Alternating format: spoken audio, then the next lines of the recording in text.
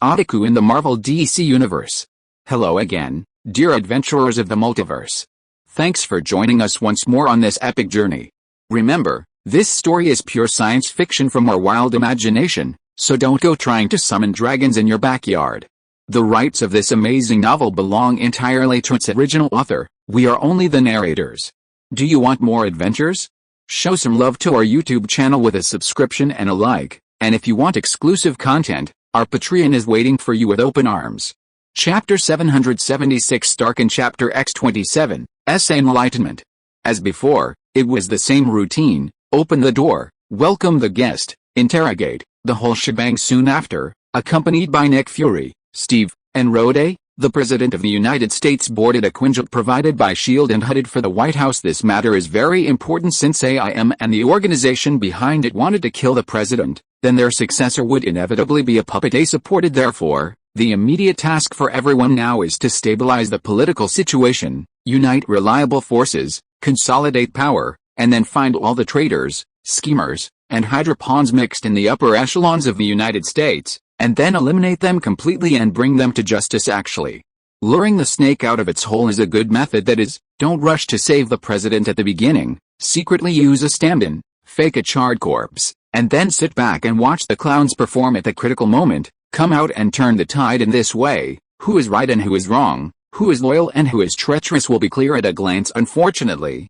Rhodey and the others couldn't really sit by and watch the president hanging in the air without trying to rescue him. Now that Killian's plot has been thwarted, the news will naturally not be able to be concealed, and the person behind him must be prepared in this situation. Many Hydra members who might have emerged will probably have escaped and gone into hiding again, relying solely on the two low-level AIM goons on hand, plus a crazy actor who knows nothing. Shouldn't cause too much trouble. It's a bit of a pity. However, all of this has little to do with Liang Yue. After politely sending off the S.H.I.E.L.D. group, only Stark and Pepper remained as guests in the manor. Maya Hansen also quickly returned to the S.H.I.E.L.D. base in a car that Callison had temporarily called. After this incident, Ms. Hansen will probably face a comprehensive review, even though she is now a partner of many large pharmaceutical companies in the United States. But in view of her suspicion in this incident, Maya will probably have to spend some time under surveillance. However, the emergence of the extremis virus has indeed allowed those capital groups to see the hope of catching up with gene therapy technology to a certain extent, although its existence is not perfect and still requires research and waiting. But the advantages of this virus itself are actually very obvious. Setting aside the fire breathing, it can autonomously recover from injuries. Even if it's limb loss or being cut open, it can be quickly healed. Moreover, in this process, individuals modified by the virus will also have their physical fitness enhanced to a certain extent. Objectively speaking, this is simply another type of super soldier modification agent. If its instability can be overcome, even if the final effect is discounted, it still has great value. Therefore, even though Maya herself is highly suspected, she will definitely be safe and sound before substantive evidence is found. Even if there is evidence showing that she has a clear cooperative relationship with Hydra, she can still ensure her own safety. It's just that the research environment she's in may become a little harsher. Although the mastermind behind the conspiracy to blow up his own villa had been blasted to death by Stark himself with a laser cannon, Pepper was still holding on to Stark and stayed at Liang Yue's house for 2 days out of lingering fear. When news came that S.H.I.E.L.D. was cooperating with the U.S. government to launch a swift and decisive crackdown on the remaining AIM forces, she felt a little relieved. Accompanied by Betty, she returned to her normal work. Stark himself also took advantage of the free time in these few days to stay in the research laboratory under the castle all day, tinkering with his technical research. Originally, he thought that his Iron Man armor was unparalleled in the world, and his technology was globally leading and almost perfect. As a result, after test driving Liang Yue's general-purpose armor, Stark has completely dispelled this notion, especially after seeing the armor with the addition of brainwave links and nerve conduction technology, and personally experiencing the excellent feeling of the fusion of man and armor, complementing each other. His whole person seemed to have been brought into a whole new field using the auxiliary of the armor, externally breaking the limitations of human body functions, and expanding the sensory control of the human brain. The feeling is as if the pilot's control range has been directly expanded from the original human body to the entire armor. The human brain and the computer are one, and the armor becomes a part of the human body, as if it were an arm. Even if the senses are temporarily increased by several times in terms of jumping, strength, observation range, and nerve conduction speed, it does not seem too abrupt for Stark. This is definitely an unprecedented experience. The moment he put on this general-purpose armor, Stark himself seemed to have transformed into a real, alternative superhuman in an instant. Powerful strength, super fast reaction speed, a jumping force that leaps several feet in one step, plus the assistance of a smart program next to him. It feels like installing a set of smart auxiliary plugins in his brain. Various locking, aiming, weapon deployment, sensory transmission and other functions can be assisted and completed in an instant. To be honest, this feeling of superpower is addictive. Just like when Liang Yue first experienced the extraordinary power of martial arts, immortality, and professional evolution routes, it's easy to get addicted to it without paying attention. The current Stark has a bit of that tendency, so he didn't even look at the armor that had been modified by the smart brain Xiaoyu. After symbolically flying around in the sky in his Iron Man armor, he continued to immerse himself in the exploration and learning of new technologies. There's no way, the gap between them is really too big. The sense of gap will definitely make Stark a proud technology fanatic doubt his life after experiencing Liang Yue's general-purpose mechanical armor. Looking back at his original Iron Man armor, the feeling of getting into it is like controlling a dead object. Although Stark's Iron Man armor also has a smart program like Jarvis to assist, compared to the smooth and refreshing feeling of directly performing brainwave control and fully connecting with his smart system, it's really like heaven and earth. After deeply realizing that his technology has fallen behind, Stark is now determined to learn from his pain, humbly ask for advice, and constantly explore new technical ideas and support from the smart brain Xiao. Even under the circumstances that Xiao received Liang Yue's order not to open up advanced technology to him, Stark still gained a lot he can't directly learn, but that can't stop him from finding a way out on his own. In just 2 days, Stark has found a technical route that seems to be feasible, that is, the virtual world series of technology that Liang Yue brought back from the planet Xander with him. Meng Xiaoyu, Zhao Halen, and Elizabeth. Different from Xiaoyu's self-developed technology, this virtual series technology from alien planets has always been open to Stark. However, this set of technology is too complex, involving the combination and superposition of multiple aspects and many fields. It is not easy to understand and requires the joint efforts of many experts and scholars in related fields and long-term tackling. Therefore, since it was brought back, it has been shelved by him, and he has not had much thought to study it for the time being. And in this virtual world series of technology system, there is a relatively mature technical route for linking the human brain with machines. Stark believes that maybe he can gain something after he has made some achievements in this area. Chapter 777 Fighting Background. Time flies, and a week has passed in the blink of an eye. On this day, Bao Yun, the chief disciple under his tutelage, suddenly sent a message through the villagers' platform, saying that he had reached an agreement with various domestic forces and relevant departments. Related matters have also been dealt with. Those that should be screened have been screened, and those that should be offered as tribute have been offered as tribute.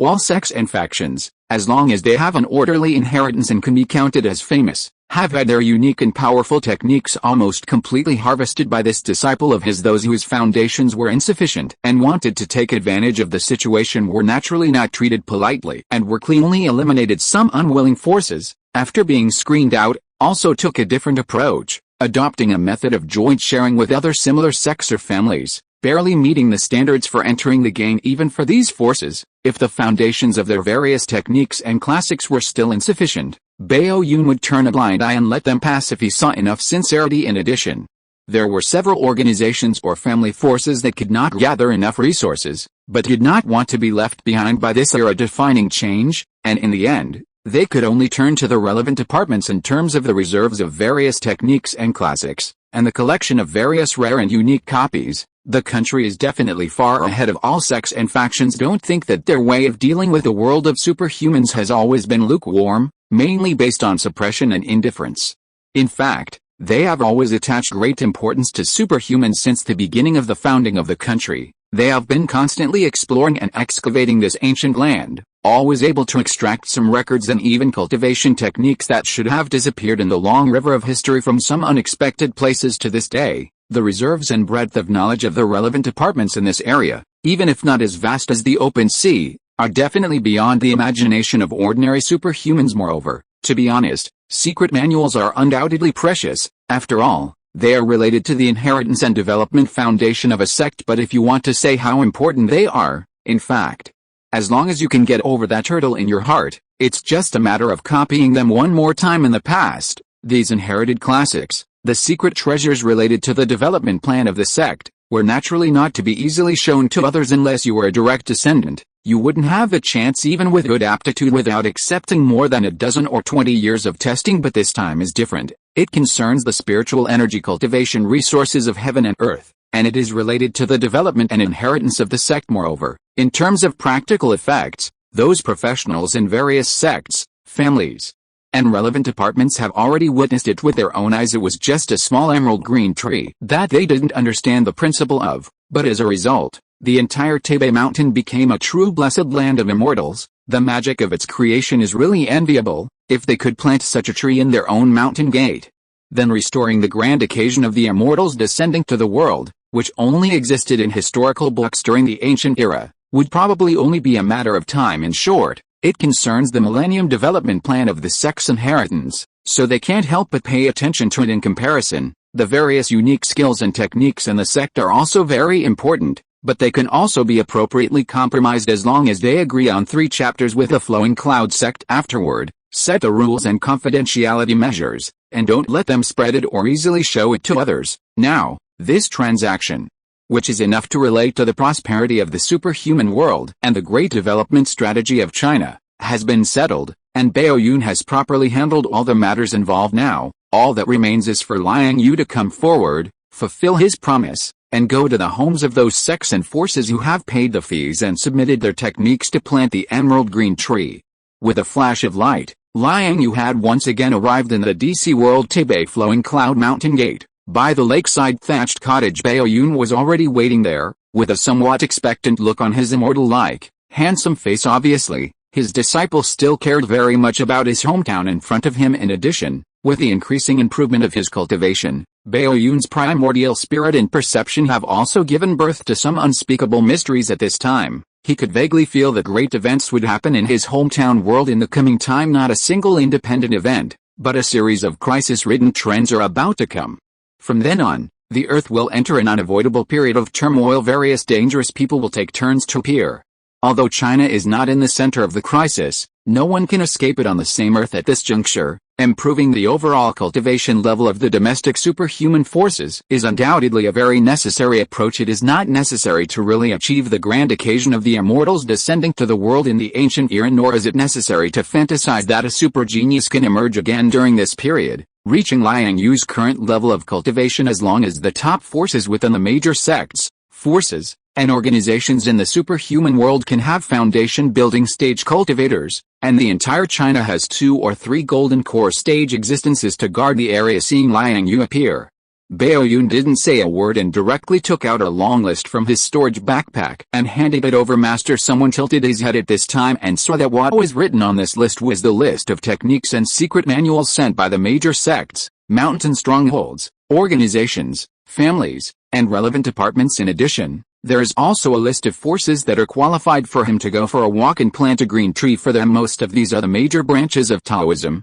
such as Longhu Mountain, Lingbao sect, Quanzhen sect, Wudang, Maoshan, Qingsheng, etc. or aristocratic families and organizations that have inextricable links with Taoism, such as this huge family, the Lu family, etc. Although these forces usually don't show off much, they just hide in the mountains and practice asceticism. But when it comes to competing for background now, they really don't hold back at all. In comparison, Buddhism is much worse in this regard. This time, only 3 Buddhist forces in the entire China participated, and in the end, only 2 barely qualified to obtain the planting qualification of the green tree. Among them, the Central Plains Buddhist community jointly won 1, and the Xiankang Plateau lineage also won 1. In fact, thinking about it, although Buddhism has been introduced into China for a long time, and various temples have sprung up all over the country, there are not many real inheritance lineages, or rather, what they emphasize is a specialty. Anyway, basically all the worshippers from beginning to end are those few Indians, and the so-called Shaolin 72 unique skills,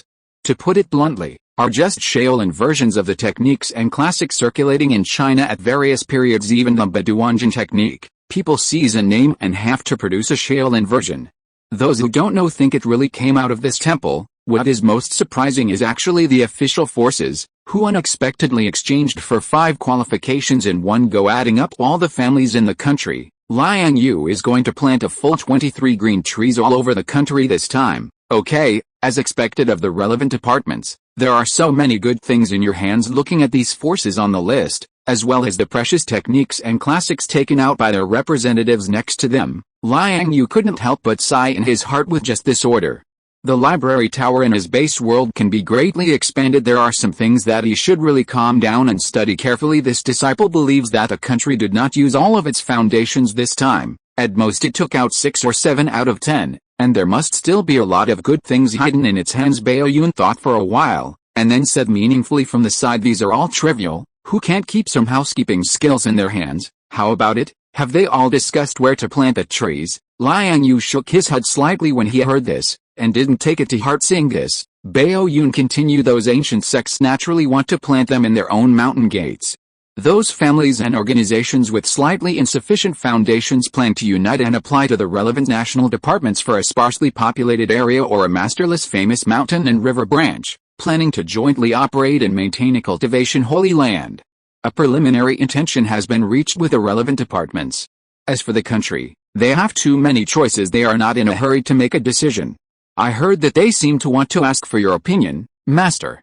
Chapter 778, The Contradiction of Development. My opinion? What opinion could I have? They can plant them wherever they want. It's not like they were thinking of planting them on some dragon vein node, trying to activate those ethereal things. This disciple believes that such a possibility exists, then let them go find it. There are plenty of people in the country who are good at that sort of thing. Just let me know when they've found a good spot. This disciple believes that, perhaps even within the relevant departments, it's not a monolithic entity. There might be disputes over the planting locations of those 5 saplings. Maybe they want to use this as an opportunity to have you make a decision. How is it that in just these few decades, dissenting voices have emerged within them again? It's not that serious, but this matter is, after all, of great importance. Where the saplings are planted will almost certainly determine the prosperity of that area. And the people in the relevant departments come from all over the country. What? Do they want to build a few sanatoriums or luxury residential areas around them? As long as it doesn't affect the main mission, and as long as they can justify it on some minor details, this disciple believes that many people will have some thoughts about this. This matter is understandable. It's about pursuing benefits and avoiding harm. I've seen this kind of thing many times. What's the government's opinion? They hope that you can consider the planting locations from the perspective of public interest, but as the current capital of China, the area surrounding Yanjing needs to have a sapling. That's appropriate. In short, this event, which in a short period of time seemed to be closely related only to the cultivators of the superhuman world, ultimately involved many additional interests, especially for a sufficiently large and comprehensive entity. At certain times, economic, political, cultural, and other factors will have an impact on it anyway. As long as you look at the problem from a different angle, you can always find viewpoints and arguments that conform to your own interests. For example, the above-mentioned requirement to plant trees around Yanjing was a decision made based on such considerations. This situation certainly cannot be said to be wrong. After all, as the capital of the country, the land of Yanjing does need sufficient power to protect it. This is of utmost importance in any era, whether it is the military force deployed in the surrounding areas on the surface, or the superhuman force belonging to the country in secret. A sufficiently professional and well-conditioned training ground is indeed needed nearby. However, if we continue to extrapolate along this angle, it seems that Modu, Yangchang, and even Zhangjiang and Xianjinwei, which are also important towns in the country, also meet this procedural standard and need to be guarded. But the problem is that there are only 5 places to plant trees.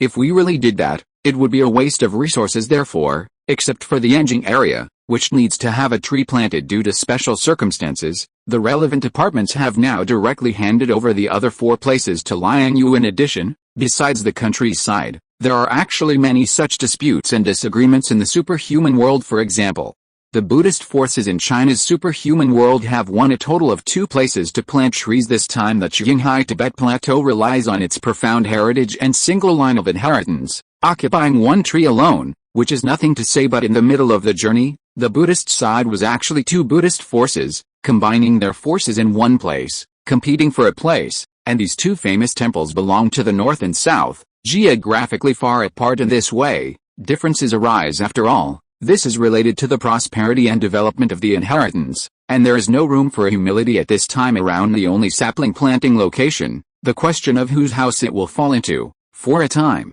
The two sides began to carry out friendly consultations and debates later. Even other famous temples in the Central Earth Buddhism, and many monk forces in the superhuman world, also gathered closer, helping to smooth things over and stand in the outer circle. After all, although there are not many Buddhist inheritance lines in China, the residences and mountain tops of all parties are not lacking at all. Now there is only one place. The standard is that there are many monks in little porridge, which is not easy to distribute according to Bao Yun. In the previous period of time, since it was determined that the Buddhist family only got the right to plant a sapling, this time the Buddhist family in the world, a large number of monks began to gather together, gathering from all over the world, arguing endlessly for this matter, which lasted for half a month. In the end, no one could convince anyone without a way. They can only retreat to the next best thing, take this sapling place, gather the power of the entire Buddhist superhuman world, and apply to the country alone for a public area that is sparsely populated, ready to be used as a holy place for practice in Central Earth Buddhism. The core location of this area is naturally used by the two temples that jointly fought for the sapling place, and the surrounding area is handed over to monks from other courtyards for distribution. In addition, like this kind of contradiction,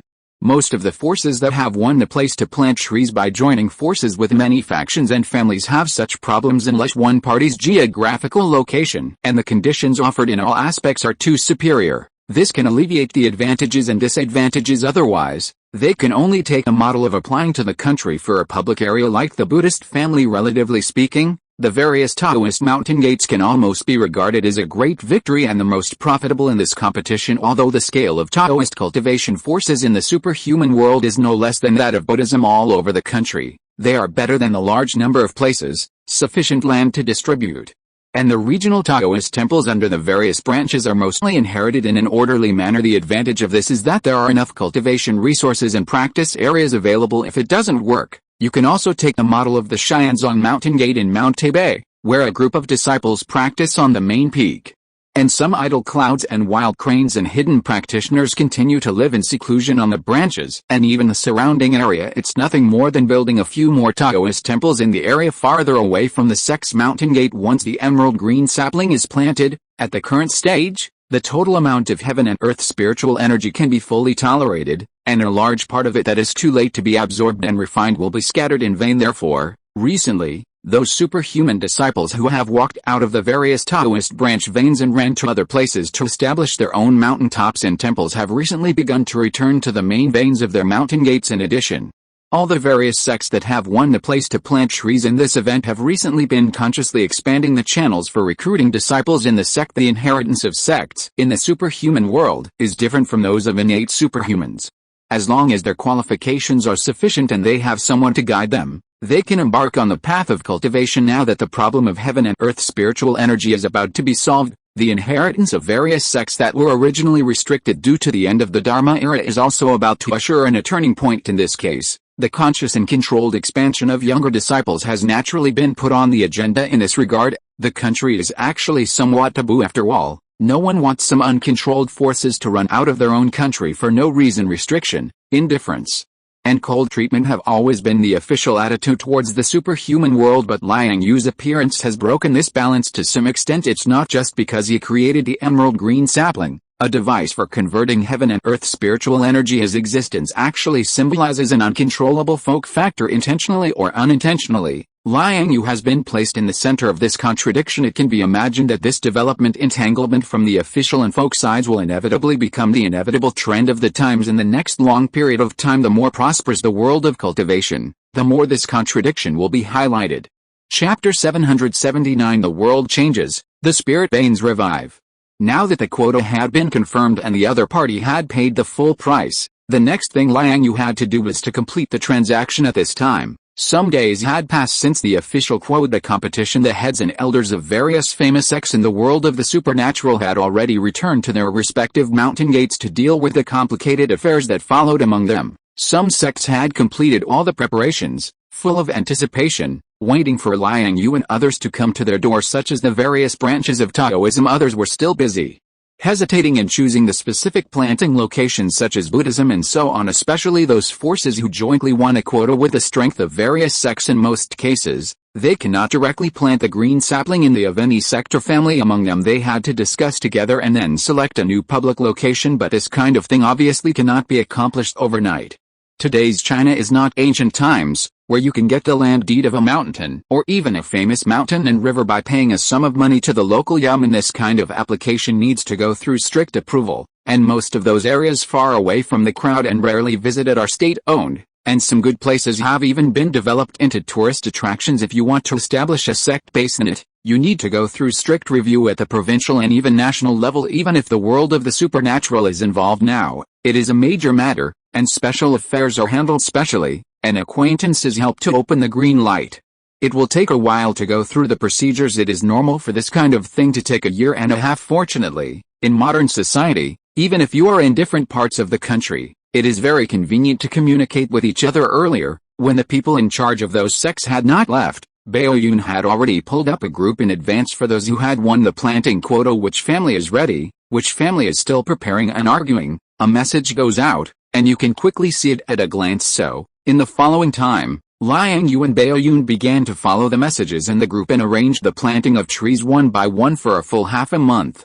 The two traveled all over China, from Zhongnan Mountain near Taipei to the capital of Yanjing, and then north to the northeast snow plains, from Shandong to the Jingchu-Jiangxi area, from the Xianfu Basin to the Qinghai Tibet Plateau. Some construction teams and the like will have to come in to carry out corresponding construction work. Therefore, although the area where the saplings are placed is by Liang Yue, the specific location selection must also refer to the opinions of relevant personnel. After the 5 trees on the national team side were planted, the procedures for the sects and organizations that applied for public land, such as Buddhism, began to be approved one after another. So it took Liang Yue about half a month to finally plant all 23 green saplings. Coincidentally, the locations of these 23 heaven and earth spiritual energy conversion devices are basically located in famous mountains and rivers and the convergence of earth veins throughout China, plus the 2 trees in Taipei Mountain and Zhuangwu Lake in Xianzong.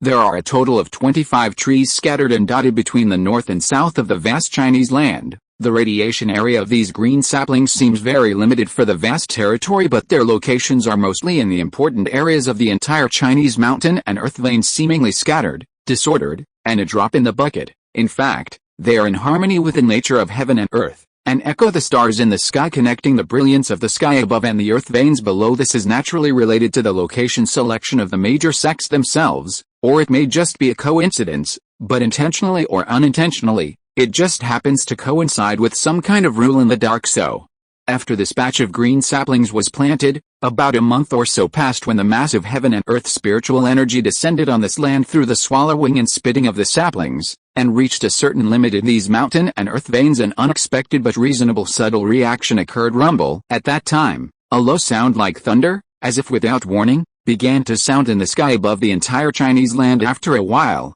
the wind and cloud surged, and the glow shone everywhere. The sound of thunder also seemed to be connected into one piece, echoing each other and overlapping each other, and at a certain moment, the heavenly sounds like dragon roars. This is not an accident, nor is it a precursor to disaster caused by the influence of a natural disaster, but a sign that a great trend of heaven and earth is about to be opened. It originates from the earth and from the various mountain dragon veins. Because it is inherently invisible and intangible, it will not have any impact on the creatures on the earth, but in the dark, it echoes with a certain rule hidden in the void, and produces resonance quietly. A vast skylight suddenly appeared, as if born out of thin air, like a brilliant and colorful aurora. Its posture is more beautiful and agile, like a free hand, flickering and appearing, constantly winding and above the sky. Releasing this is an auspicious omen, and it is also a sign a great world is being opened. Many people don't know why, can't see the in the sky, and only think that it is thunder and lightning hidden above the dark clouds, and they don't care about it. This is a manifestation of ordinary people being blinded by the mundane world and their spiritual light dimmed. Only those who are truly,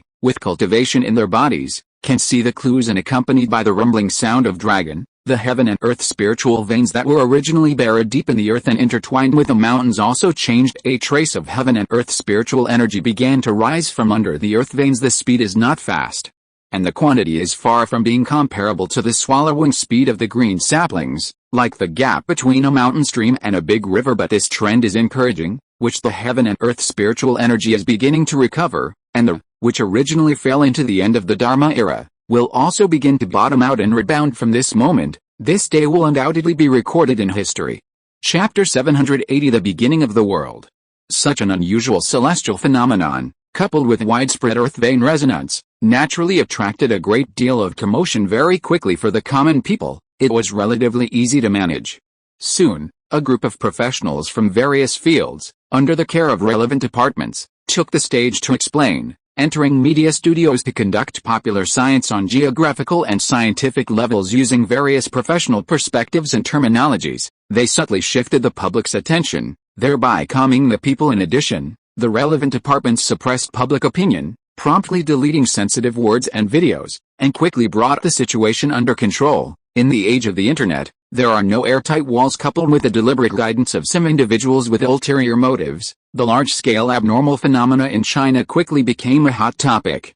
Becoming the focus of global attention, however, their guesses and arguments were clearly somewhat off. A considerable number of experts and scholars believe that the root cause of this situation stemmed from the aftermath of the previous alien invasion. It was the side effect produced after the short-term operation of the alien gravity field device that separated the eastern and western hemispheres. To this end, they also kindly reminded the public and relevant countries, especially those countries and regions built in traditional volcanic and earthquake-prone areas, in the near future, there may be more severe earthquakes, volcanic eruptions, and other natural disasters. Frankly speaking, although these people's analysis was far-fetched, it was still relatively reliable. At least they could achieve consistency, and on the surface, it seemed to have some factual basis. Many so-called scientific researchers who didn't understand the situation, clinging to a set of scientific cognitions, and forcing themselves to express sorrow for no reason, were truly just appearing to show their faces. They clearly didn't understand anything, and were just watching the excitement of these earth tremors and celestial phenomena from afar. As a result, they insisted on dragging in a bunch of obscure theories that no one could understand, and even deliberately created several new professional terms in some English magazines. This one ran out to idiom, meaning to freeload or take advantage.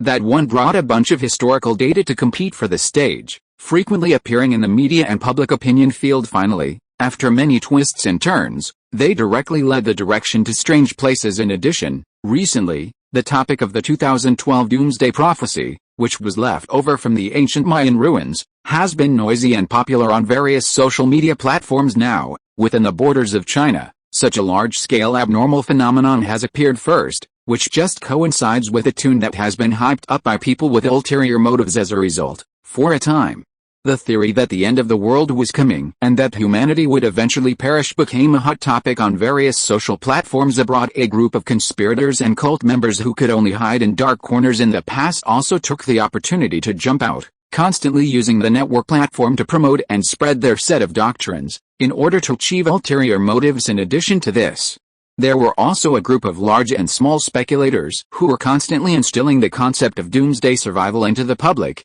taking advantage of this media trend from various canned foods with particularly long shelf lives, bottled water, and pharmaceutical reserves, to a series of commodities such as high-strength special building materials, air filtration devices, radiation-proof clothing, and the construction of doomsday fortresses and doomsday basements, began to be popular on the market. In some extreme places, even toilet paper has become a sought-after commodity for a time. Various theories were noisy and lively, however, unlike the above-mentioned speculative and disruptive elements.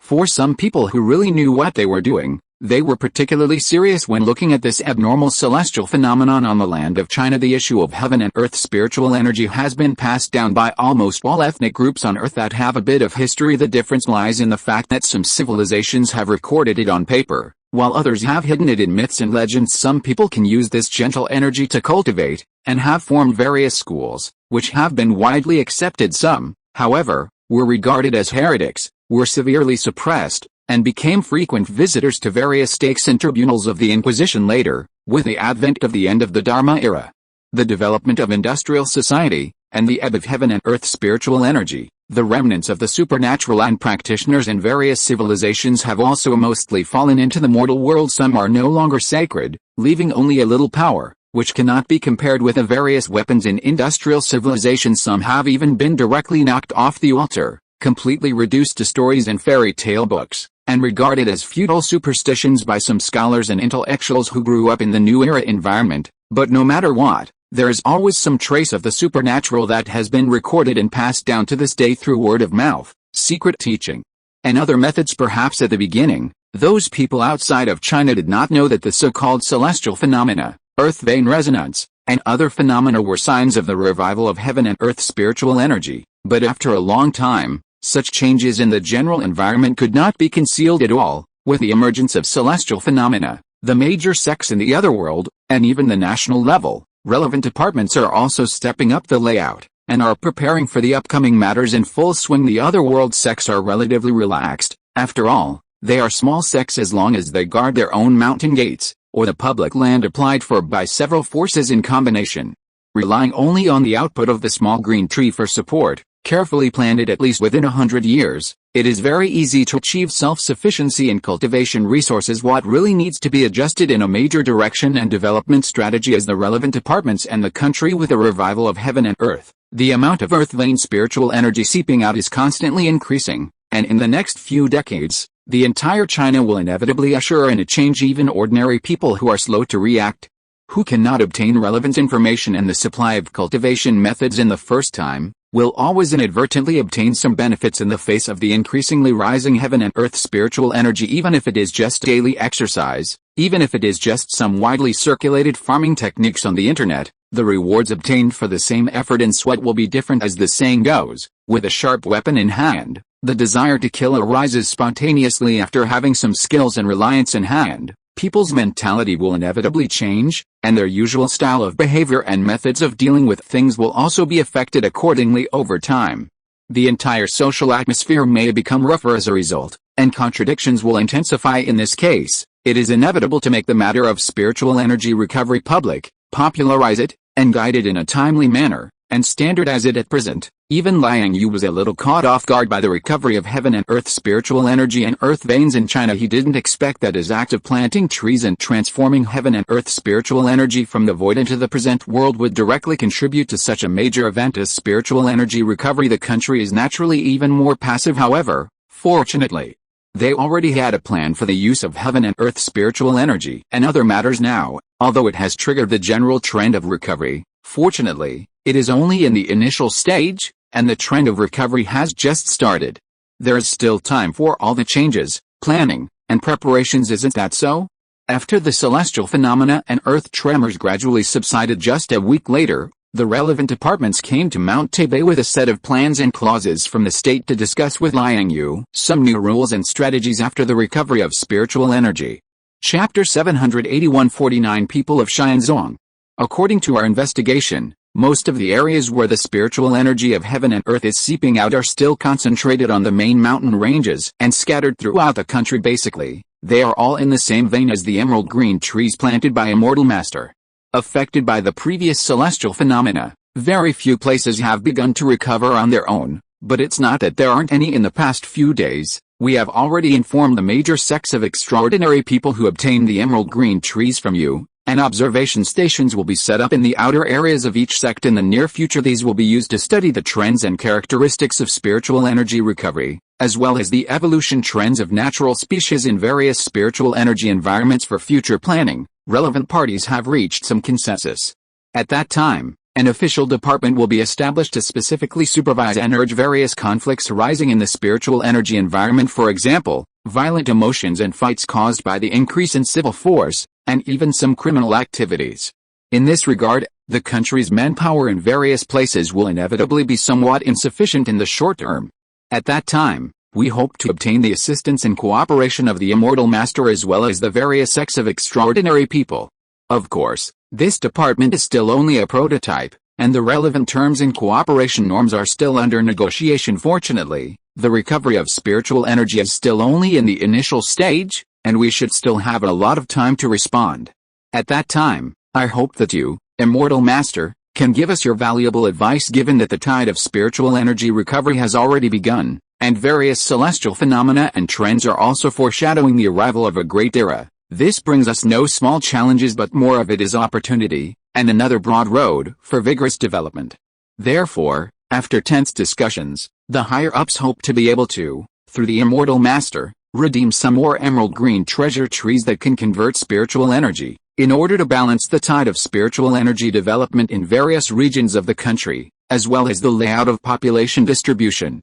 We hope you can understand. In an orchard on Mount Taipei, Liang Yue was sitting opposite a middle-aged man with a slicked back hair and a fair complexion. A thick and rugged peach tree hung beside them, covered with bowl-sized, pink fruits that exuded wisps of tempting fragrance, complementing the misty tea fragrance. A boy and a girl, two disciples with bright eyes and compelling spiritual energy, looking only 13 or 14 years old, were standing on the side, responsible for serving tea and water. These two disciples were none other than two of the 49 infants with outstanding qualifications whom Liang Yue had personally rescued from the Medicine Immortal Society in southern Xinjiang after more than 10 years of careful cultivation and teaching in the sect. These 49 people have now generally possessed considerable cultivation. Among their peers in the heavenly sect, and even among their contemporaries, they can be regarded as outstanding. In addition, they are all orphans with similar backgrounds, and their talents and intelligence are far superior to ordinary people. Although there are slight differences in their respective development preferences, this group of children is obviously a very unique group in his Flowing Cloud sect, and is loved by the senior brothers, senior sisters, and elders in the sect. Even some people in the world of extraordinary people who have been paying attention to the dynamics of the heavenly sect are also paying unusual attention to them to some extent. They have been regarded by outsiders as representatives of the younger generation of the heavenly sect. Even the person sitting opposite Liang Yue at this time, a high-level figure from the relevant department in the world of extraordinary people, occasionally showed curiosity and contemplation when he looked at the two disciples beside him. In fact, the matter of the two disciples in front of him, and even the 49 infants that Liang Yue rescued from southern Xinjiang, is not a secret in the eyes of the world of extraordinary people and the relevant departments. The Flowing Cloud sect has never concealed anything about this to the outside world. Even when this group of disciples grew to be 8 or 9 years old, that is, a few years ago, Liang Yue had already ordered the sect to use its connections to help find their relatives during this period. Some official channels were also used now. All 49 people have met and established contact with their families. Although the backgrounds and experiences of these disciples are somewhat unusual, what really interests those outsiders is obviously not this. Occasionally, if you happen to encounter a few congenitally awakened extraordinary people, it is already considered an ancestor's blessing. But this kind of selection method is obviously too inefficient. Although Liang Yue did not deliberately conceal anything about chasing down the human traffickers back then, in the process, the official departments in various places, and even many insiders in the world of extraordinary people, actively participated, either sincerely wanting to help crack down on human trafficking and eliminate these evil forces, or harboring some other thoughts in their hearts, wanting to take the opportunity to learn the secrets here. But the final result was not satisfactory in the end. It was only known that the Medicine Immortal Society used a special kind of goo worm to screen and identify these infants, but there was no clear answer as to which one it was and how to cultivate it now. Seeing that the small group of 49 people in the Flowing Cloud sect are all beginning to grow into adults, and almost everyone is outstanding and exceptionally talented, some people with ulterior motives will inevitably have some thoughts in their minds. Among them, naturally, is the middle-aged man from the relevant department who is sitting opposite Liang Yue at this time. Think about it. If they could get that kind of goo worm that can identify the cultivation qualifications of infants and teenagers, and study it in depth to understand the principles behind it, then, with the advantage and scale of controlling the entire population resources of China, at that time tisk Liang Yue actually has clues about this kind of goo worm, and even more excellent selection methods, but he doesn't intend to hand it over just yet. Want to exchange for spiritual energy converters? No problem. Liang Yue had actually anticipated this kind of request from the relevant department. After all, of the 23 emerald green trees in total, 2 were in the Flowing Cloud sect, 5 were official, and the remaining 16 were all divided up by the major forces in the world of extraordinary people. In this way, as time goes on, it will inevitably create a situation where the strength of the people is greater than the official strength.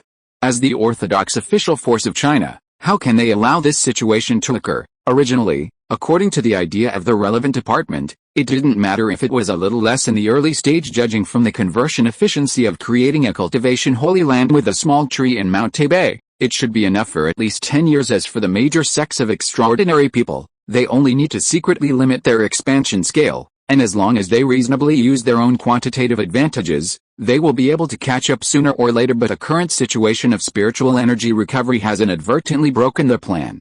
The recovery of the spiritual energy environment will inevitably create many wild extraordinary cultivators. In this case, the original plan is naturally somewhat inappropriate, and it is necessary to be cautious and make relevant plans as early as possible. Thank you for Immortal Masters understanding. Then how many emerald green trees does the country plan to exchange this time? According to the results of the above discussions, we plan to ask you to help plant 4 more for him, then I'll give you 3 more. Thank you for Immortal Masters' generous gift.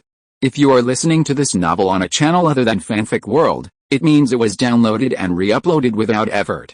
We warmly invite you to visit our channel, Fanfic World. There you will find the original version of this story and many other novels of various genres. We look forward to seeing you dive into a world of incredible novels. Chapter 782 Alien Communication Platform. During this meeting, the middle-aged man representing the government discussed many things with Liang Yue. There were action plans regarding some national-level initiatives, various specific details, and discussions about the establishment of certain systems. Of course, there were also some aspects that were deliberately avoided. After creating the finished product, the sect conducted a small-scale clinical trial to verify the practicality of this magical instrument. Several disciples of different levels held the detection instrument and performed tests, and the results were basically consistent with their own levels. Those with the highest spiritual root aptitude were mostly elite disciples. Newly entered disciples who had already shown remarkable performance, and even the 49 little ones, those with poorer aptitudes, or even without spiritual roots, were also mostly consistent with their positions in the sect. This result was naturally cruel. A person's aptitude is determined by birth, and although it is not impossible to surpass others through acquired opportunities and training, it is clearly a thankless task. Liang Yue, Bao Yun, and others might occasionally help a few disciples who caught their eye, but doing so for a large number of people was a different matter. After all, disciples with good aptitude and pure spiritual roots only account for a minority of the population. His rescue of the 49 infants from the Medicine Immortal Society was purely an accident. Just like the first batch of disciples Liang Yue took in, those who could not cultivate to the acquired realm no matter what, even if he personally appeared to explain and demonstrate, were actually the normal level of the population. You should know that those people back then had all experienced the trials of war, risked their lives on the battlefield, and survived the struggle for national survival. Even with such experiences, some still couldn't understand or had great difficulty breaking through.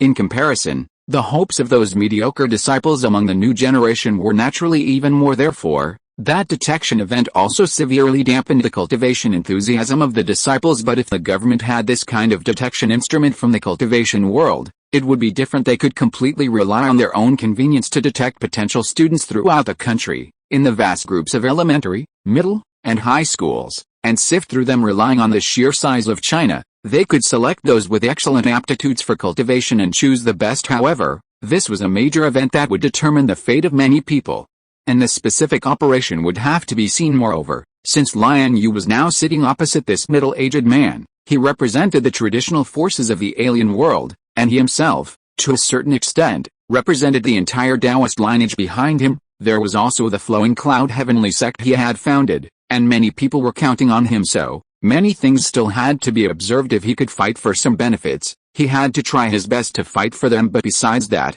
in this exchange, Liang Yue also gave the other party enough face and showed a lot of sincerity. Not counting the 3 green saplings he had given earlier, this guy also gave the other party several good spiritual objects, such as blood jade spirit wheat, white jade ginseng, and vermilion fruit. These things were randomly drawn by Liang Yue, teacher Jingxiang, and others from the spirit medicine bags in the mall, and had undergone 2 system permission upgrades and world evolution in the stronghold world. After thousands of years of evolution, the originally rare spiritual medicines and fruits have now become a daily diet and medicine for Liang Yue and his disciples in the stronghold world. The quantity is no longer a problem, and now it is nothing for him to take out a few items and give them to the government for cultivation. In addition, with the increasing concentration of spiritual energy in the stronghold world, the ordinary plants, animals, and marine life that Liang Yue introduced into it have also benefited greatly. A considerable number of individuals or species have undergone benign evolution, mutation, and evolution under the nourishment of the spiritual energy. Several disciples who were brought in from the water margin heroes world once discovered many plants that had evolved to the spiritual level in some corners of the stronghold world when they went out together. For example,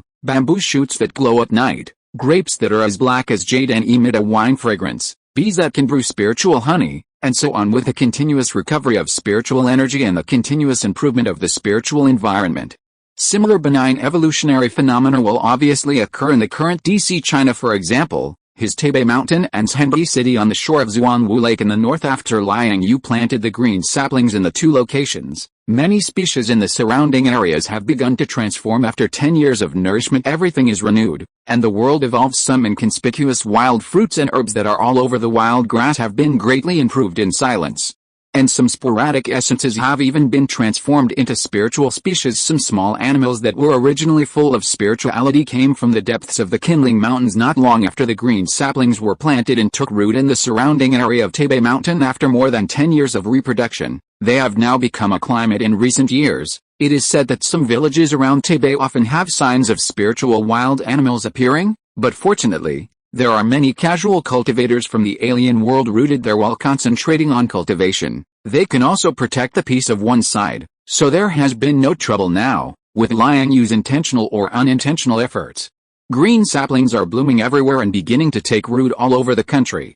In the coming years, there will inevitably be many magical and supernatural events in various places. However, in today's world, this is obviously not a problem.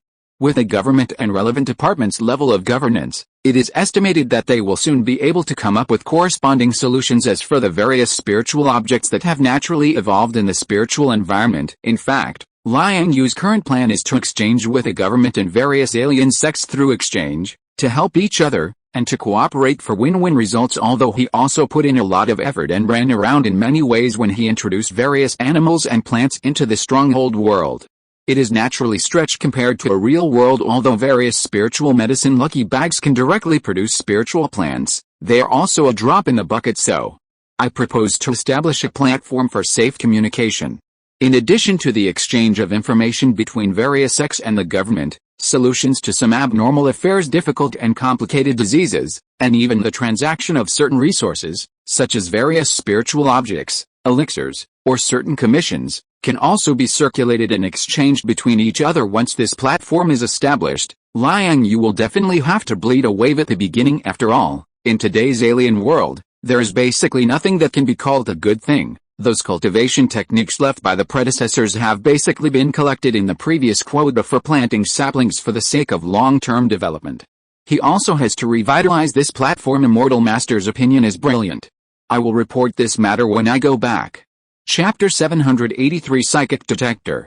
About a month or so later, after a new round of planning and deliberation, the 4 slots officially exchanged, plus the 3 small tree slots gifted by Liang Yue, were finally decided after some clamorous bargaining at a certain level. Just as the middle-aged man who had met with him before said, besides the geographical environment and resources, the authorities were also considering the issue of balance this time. After all, the whole country is a chessboard, right? Under the grand premise of spiritual key recovery, people are also a valuable resource. How to maximize the population advantage and overall coordination advantage of the Chinese land is the biggest standard for their slot distribution, this time driven by this principle.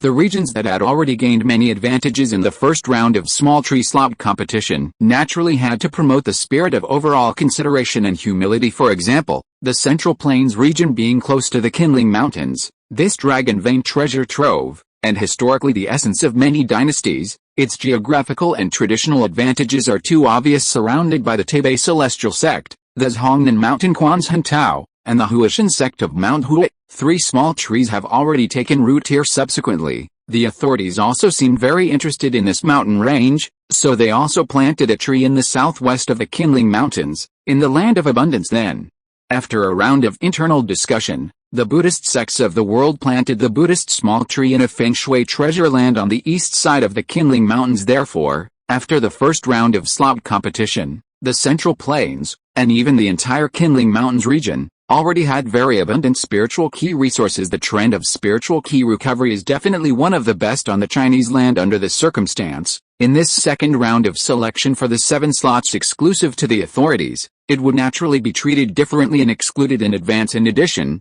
Kilu and Bashu, which have 2 verdant small trees, were also excluded one step ahead. In short, after a few busy days, these 7 small trees were finally planted in famous mountains and remote wildernesses all over China amidst controversy and expectation. Under the impetus of massive amounts of heaven and earth spiritual key, the pace of spiritual key recovery also accelerated again during this period. Under the entrustment and leadership of relevant departments, the Weapon Refining Hall of the Liuyan sect and the Weapon Refining Department from the authorities jointly developed a spiritual power detector and initially coordinated and planned the distribution and magnitude of spiritual ki in various regions, and then artificially graded and standardized spiritual ki resources digitally. This detector, in addition to detecting the concentration and corresponding range of spiritual ki in the air, can also explore substances with spiritual power fluctuations, such as plants and minerals, within a short distance. The purpose, of course, is to find more resources with application value for mankind in the great environment of spiritual ki recovery. Currently,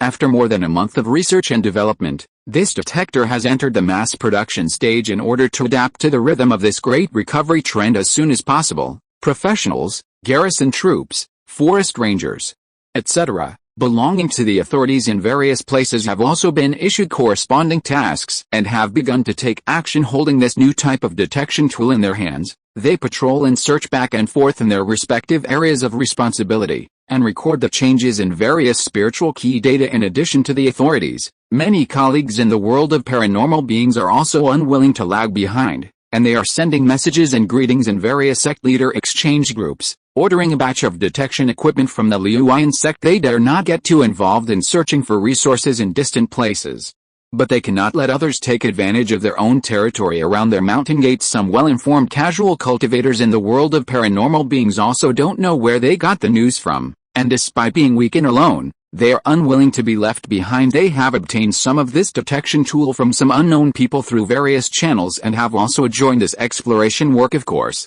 in order to avoid suspicion and avoid some unnecessary conflicts of interest, the casual cultivators in the world of paranormal beings will definitely not take action in the residences of major mountains and domestic traditional areas. The Zhuangwu Lake area in the north, and even the entire Siberian forest, have become their first choice. After all, basically all cultivators in the world of paranormal beings with some channels know that since 10 years ago, Liang Yue, the old ancestor of the celestial sect, has planted mysterious small trees capable of spiritual ki conversion in his own Taipei Mountain and Zhenbi City on the shore of Zhuangwu Lake. Now, after 10 years of nourishment, the environment on Taipei Mountain has undergone obvious changes, and many animal and plant resources have now exuded some kind of magical and subtle vitality under the nourishment of spiritual ki. Regarding these, it is not a secret in the eyes of many interested people, but Taipei Mountain is, after all, the location of the Liuyan sect's mountain gate.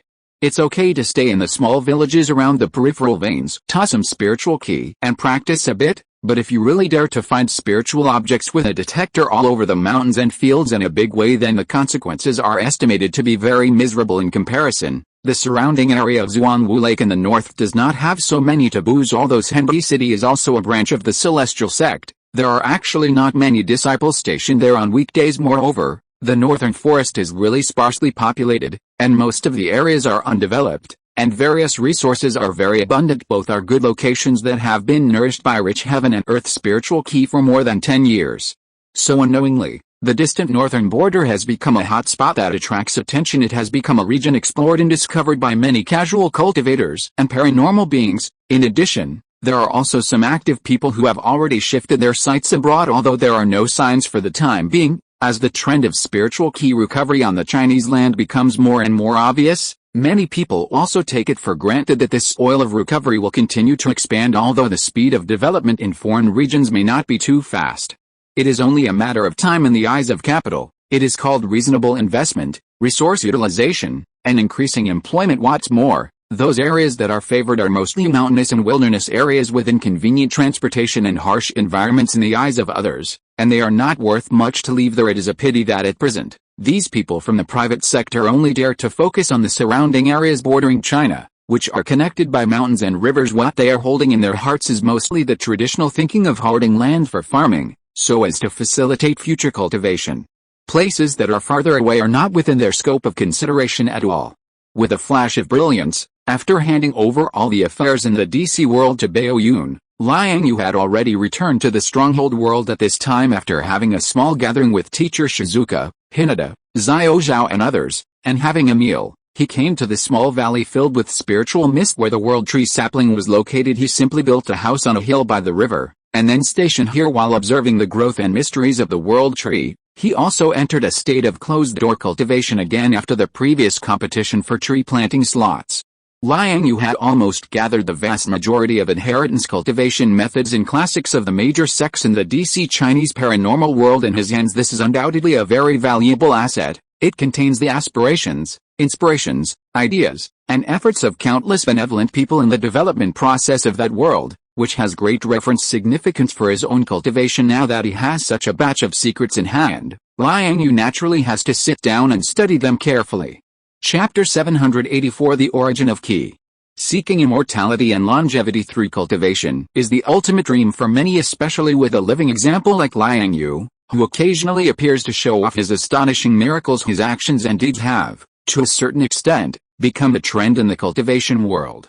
He himself has inadvertently become the target pursued by many. Therefore, when Baoyun announced that the spiritual energy converter could be shared and that negotiations were possible, the world's practitioners went crazy to win a spot for a small tree. They constantly ran around, searched, extorted, and racked their brains. Anything that could add even a sliver of advantage to their side was worth violating principles and rules for. So, after the initial bidding process for the small trees was announced, before the slots were officially confirmed, a period of chaos briefly emerged within the Chinese practitioner community. Many hidden masters, obscure sects, and small families faced crises and lived in fear during that time. Later, Baoyun and the official authorities couldn't stand it any longer and issued warnings, using the opportunity to eliminate a few overly aggressive forces, thereby stabilizing the situation. This was naturally not a good thing for the entire Chinese practitioner community, but for Liang Yue, it affirmed his research results to a certain extent and brought him considerable benefits. Take the secret manual he was currently flipping through in his hands, for example, Qi Body Source Flow.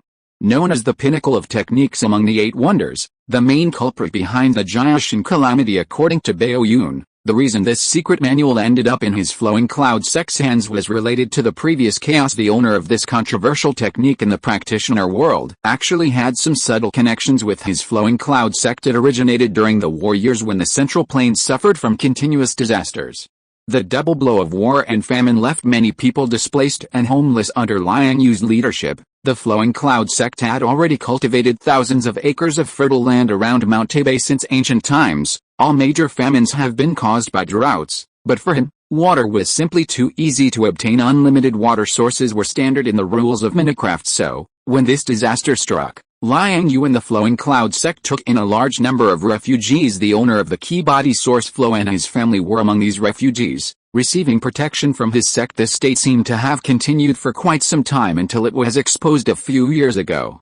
And the family dispersed. Only a lonely child was left, continuing to study at the Taoist Academy at the foot of Flowing Cloud sect. Later, after the small tree slots were announced, the family was probably pressured too much by various practitioners, so they secretly contacted their original sect, the Xianxi Mansion. Subsequently, the Qi Body Source Flow secret manual was used as a bargaining chip and sent to his Flowing Cloud sect. Correspondingly, the Xianxi Mansion's original supreme technique, Thunder Magic, remained in the hands of Liang Yue Mountain, which Liang Yue has yet to see. In addition to this Qi Body Source Flow, other techniques from the so-called 8 wonders such as Heavenly Illumination Record, Spirit Binding Summons, and Wind Rear Strange Gate, were also sent to his Flowing Cloud sect as the slots were finalized. Actually, Liang Yue had heard about these techniques and the so-called Jiaxin calamity, but he didn't pay too much attention to them. After all, he had already crossed the Golden Core stage back when he was in the DC multiverse. Now, in the DC public world, he had directly reached the transformation god realm. Even if the so-called 8 wonders were powerful and unconventional, they were just low-level techniques. He would be happy to get them and learn from them, but he wouldn't feel regret if he didn't. Having reached Liang Yue's current cultivation level, he had begun to understand that no external wonders could compare to the rich and abundant spiritual energy of heaven and earth. He had his own clear path and philosophy for internal creation. The cultivation of the physical body has been constantly strengthened with the improvement of the realm. As for spiritual power, it had long been freed from the limitations of the lower Danshan. Now, every cell in Liang Yue's body had been developed into Danshan. Previously, with the help of the Space Stone, he had opened it up to the limit of his current realm in one fell swoop. In recent decades, through his understanding of the Chinese practitioner world in the DC world and his comprehension of the cultivation techniques in that world, Liang Yue found that although the techniques in this world had their characteristics, they also had good inspiration and reference value for him. But to say how profound they were, that was not necessarily the case. In the end, my path is too special, with distinct personal characteristics. And when cultivation reaches my current realm, unique theories such as meridians and acupoints, it really can't help anymore.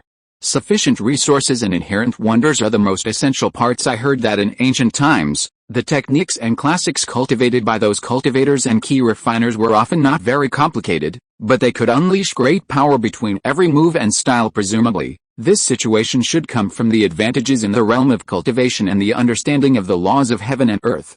This path has higher requirements for the cultivation environment and a greater need for resources, but thinking about it carefully, isn't this similar to my current situation? After cultivation reaches the transformation god stage, low-level immortal cultivation resources are difficult to supply.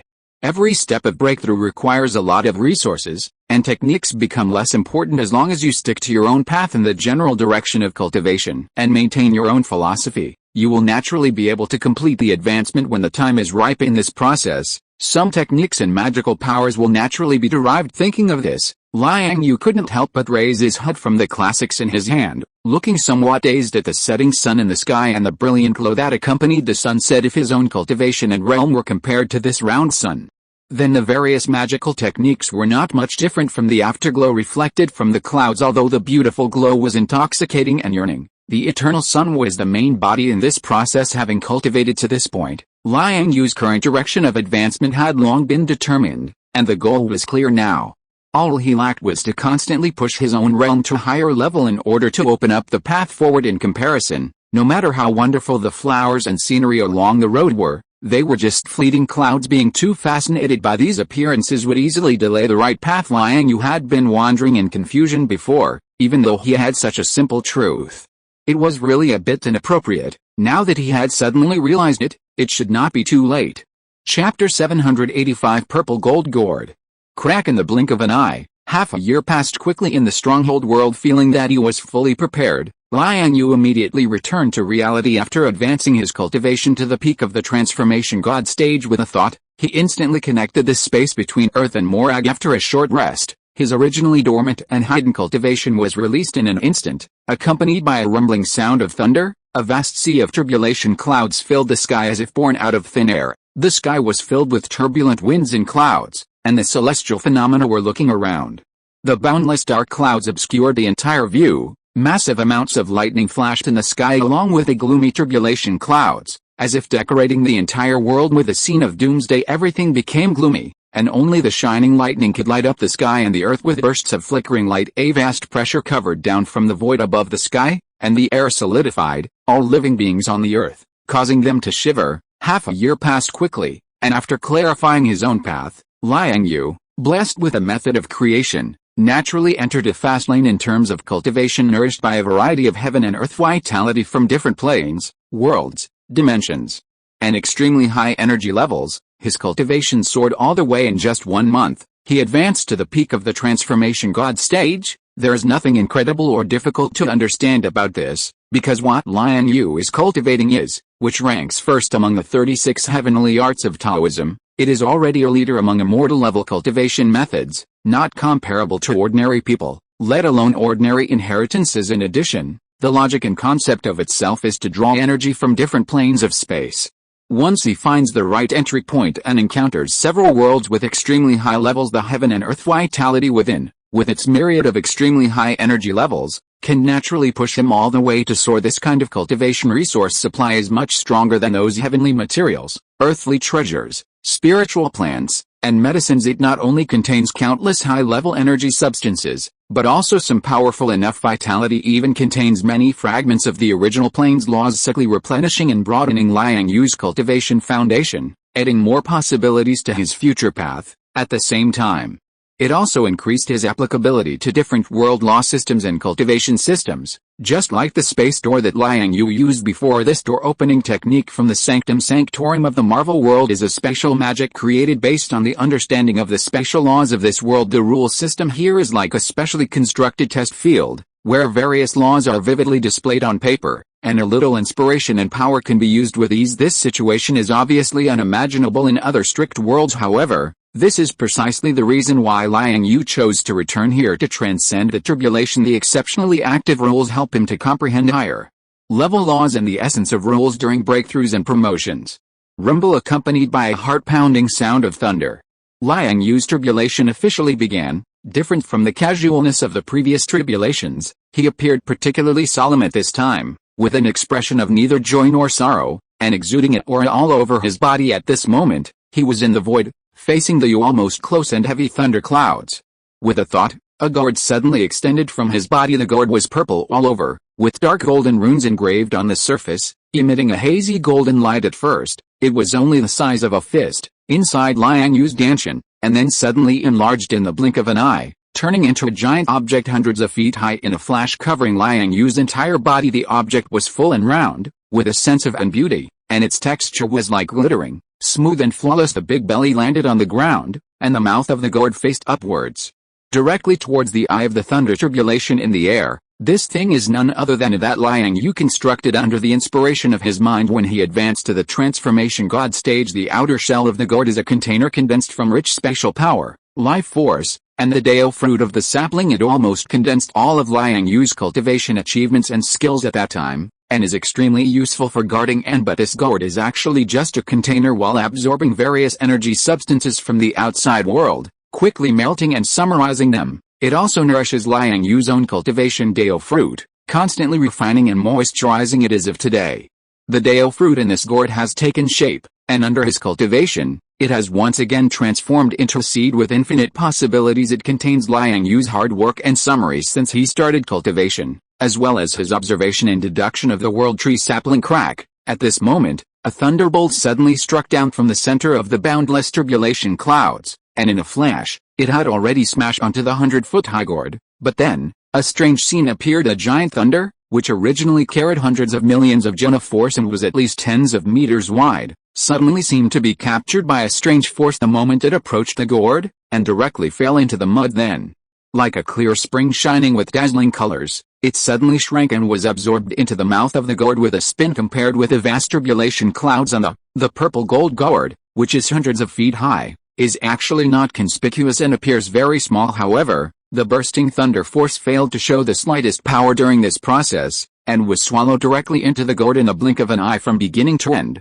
the gourd condensed by Liang Yu appeared calm and without a trace of ripples or fireworks. Crack, crack, boom. Soon, several consecutive thunder tribulations struck down one after another, with earth-shattering momentum. Each thunder seemed to shatter the void and shatter the planet beneath him in one fell swoop. But when a thunder tribulation of this level faced the purple gold gourd, it was as if it had encountered the nemesis of destiny, and in a flash, it was swallowed directly into it like a whale sucking the sea afterwards. Liang Yu, seeing this situation, seemed to feel that this kind of formation was not enjoyable at all. So, with a thought, the whole person jumped lightly, and flew together with the purple gold gourd around his body to directly below the vast thunder clouds and the eye of the thunder tribulation. The mouth of the gourd was sent directly into the eye of the thunder tribulation. The boundless dazzling thunder and the heavy tribulation clouds were sucked into the gourd in this way. In just 5 or 6 breaths, the originally almost boundless tribulation clouds disappeared completely. The sky suddenly became clear,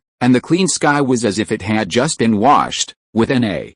And even the pressure caused by the disappeared without a trace. The thunder tribulation from the transformation god breakthrough to the void refinement stage ended in such a hurry. However, Liang Yu, as the person involved, was floating in the sky at this time.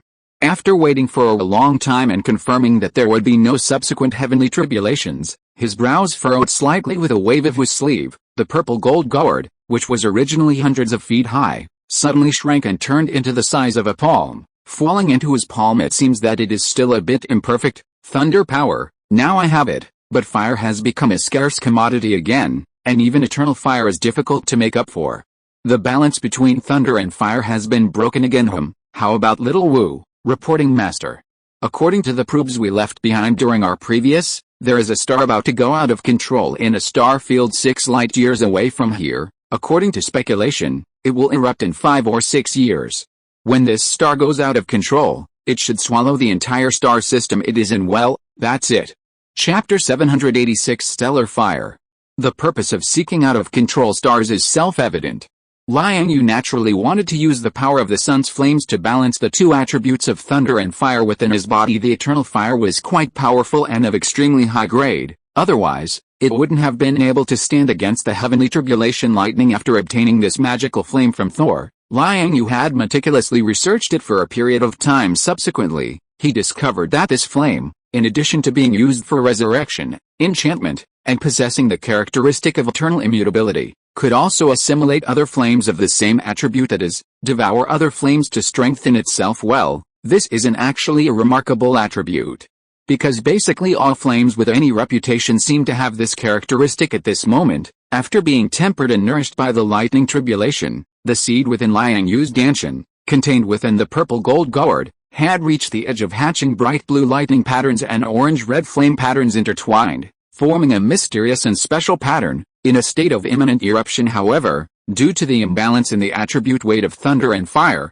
it seemed to be experiencing some indigestion, and the seed that was about to sprout began to enter a state of self-regulation. Liang Yue could clearly feel a wave of hungry thoughts constantly emanating from this seed. It was yearning to absorb more firepower, and even more eager to hatch as soon as possible and stretch out freely. It's almost become a spirit. This is following the interstellar map provided by Xia Wu. Liang Yue quickly determined the spatial coordinates of the sun that was on the verge of losing control. With a thought, a space channel suddenly appeared, passing through it alone. What appeared before him was a giant star constantly releasing enormous heat, flashing with sunspots. Its surface was surging, and scorching energy rose wantonly, with clusters of incandescent flames soaring into the sky in some inconspicuous places. It even bubbled like lava on Earth, which was clearly not a normal phenomenon at this time. Liang Yue stood on the air, about dozens of miles away from the sun's main body. Streams of scorching energy were constantly rushing towards him from this huge star. If it were an ordinary person, they would probably be dried and evaporated by this heat wave in an instant. Even steel alloys would not be able to withstand this distance and would melt directly. However, Liang Yue didn't feel any discomfort at this time.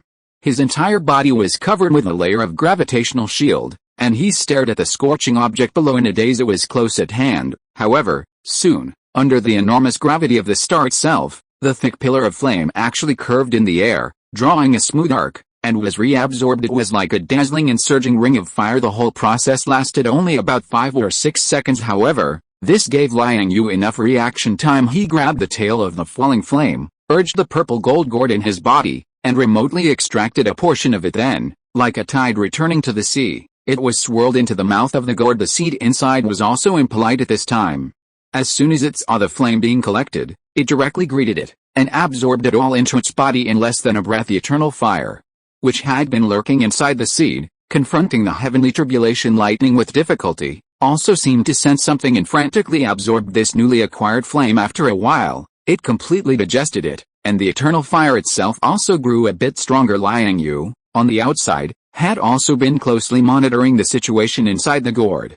Seeing that his conjecture was indeed effective, he immediately felt confident. In the next moment, his figure flashed and he arrived at a place only a few dozen meters away from the sun's surface. With a wave of his sleeve, the purple gold gourd reappeared, and the mouth of the gourd faced the sun below, sucking in large gulps. For a time, large swaths of incandescent flames began to be rolled up from the star, like a swift tornado, constantly being sucked into the gourd. The current Marvel world is not a traditional mythology, Xianxia, or fantasy world. The sun here is just an ordinary natural star, not a peerless treasure composed of a three-legged golden crow or even the eternally existing solar essence fire. These flames, to put it bluntly, are actually a product derived from a super-large nuclear fusion reactor.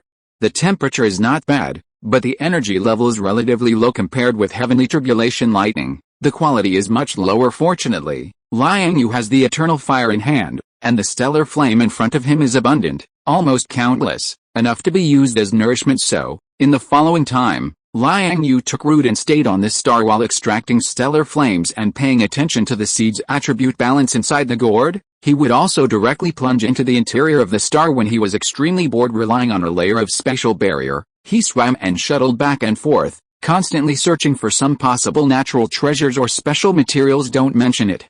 Although the star in front of him is not a special creation, even if it is only regarded as a super-large nuclear fusion reactor that has been running for hundreds of millions of years. After hundreds of millions of years of high-temperature forging and reaction, it has indeed produced some rare things. For a whole month, Liang Yue was excavating the treasures inside the star unknowingly. The sun, which would have been out of control and exploded in a few years, was actually pulled back to normal operation under the absorption of the purple gold gourd and someone's internal search. Of course, this normal is actually not normal when the seed inside the gourd finally absorbed enough flames. The power of the eternal fire was enough to rival the heavenly tribulation lightning, and the internal attribute balance was re-established. The star in front of him had also been pulled back from the edge of explosion, but the opportunity to achieve this last-minute rescue was not a return to balance, but weakness after being plundered. Not only did the fiery pillars raging on the surface of the star return to calm, but even the color of the sun itself dimmed a lot, and it was about to turn black. Fortunately, there are no life planets in this star system, and it was originally going to collapse, so even if it goes out directly now, it's not a big problem after collecting the stellar flames. Liang Yue flashed back to the stronghold world, still the room built outside the World Tree Valley. After entering the house, this guy slumped on the soft sofa and carefully observed the changes in his Danshin. After the internal energy attributes were rebalanced, the seed had officially entered a state of dormancy that was a calmness before germination, like the darkness before dawn, and the silence before a volcanic eruption. After a while, a burst of throbbing sounds began to come from inside the seed. Dong dong dong dong dong dong. The sound was very subtle, but it spread very widely, like a special frequency of fluctuation, like fetal movement, constantly spreading, and ripples spread out in the air. Chapter 787 Tao Fruit Seeds. There is still potential to be tapped. A moment later, in this special rhythm, it seemed that even the void was being affected. The originally stable space barrier began to gradually become transparent, refracting many scenes that had never appeared in the present world before. Among them, some were gorgeous and abstract, colorful, exuding various colors, and some were broken and twisted, jagged, with space fragments floating everywhere. These were scenes that originally should only exist in the cracks of space. Liang Yue, with his void transformation divine power, had seen these things when traversing space. Of course, more often, he saw them when he was running the fortune creation lotus technique, drawing energy from different spatial dimensions. The World Tree sapling not far away also possessed this kind of power at this time. His Tao Fruit seed seemed to be developing in this direction as well. During this process, Liang Yue did not interfere, but let it flow naturally, silently watching everything. Soon, on a morning 3 days later, the void around the seed was finally opened, reflecting into a piece of smaller magical void world. In the next moment, massive amounts of energy and matter began to roll in from different planes, and then were directly absorbed by this Tao Fruit seed. At this time, the seed seemed to have transformed into a bottomless pit, with countless kinds of heaven and earth essence constantly pouring in, causing it to further replenish itself and become more complete in the process. The originally somewhat chaotic and wonderful runes on the surface of the seed were becoming brighter, more agile, and more layered, but the price for this was that the purple gold gourd, which originally nurtured the seed, became much more illusory from a solid body that was originally incomparably strong, enough to resist the heavenly tribulation and absorb and contain massive amounts of stellar fire. It transformed into a round of iconic light and shadow. It was still gourd-shaped, with a purple gold color, but Liang Yue could feel from it that although this thing had transformed from solid to virtual, its essence had not changed much. As long as he was willing, he could recondense it at any time to some extent. The purple gold gourd, which had transformed into light and shadow, seemed to be even more magical than when it was solid. In this way, in the blink of an eye, half a year had passed in the stronghold world. The seed was still that seed, even more magical than when he was in the spirit transformation realm. His Tao fruit, along with Liang Yue, had ascended to the void refinement stage, absorbing massive amounts of energy and matter from the surrounding void world.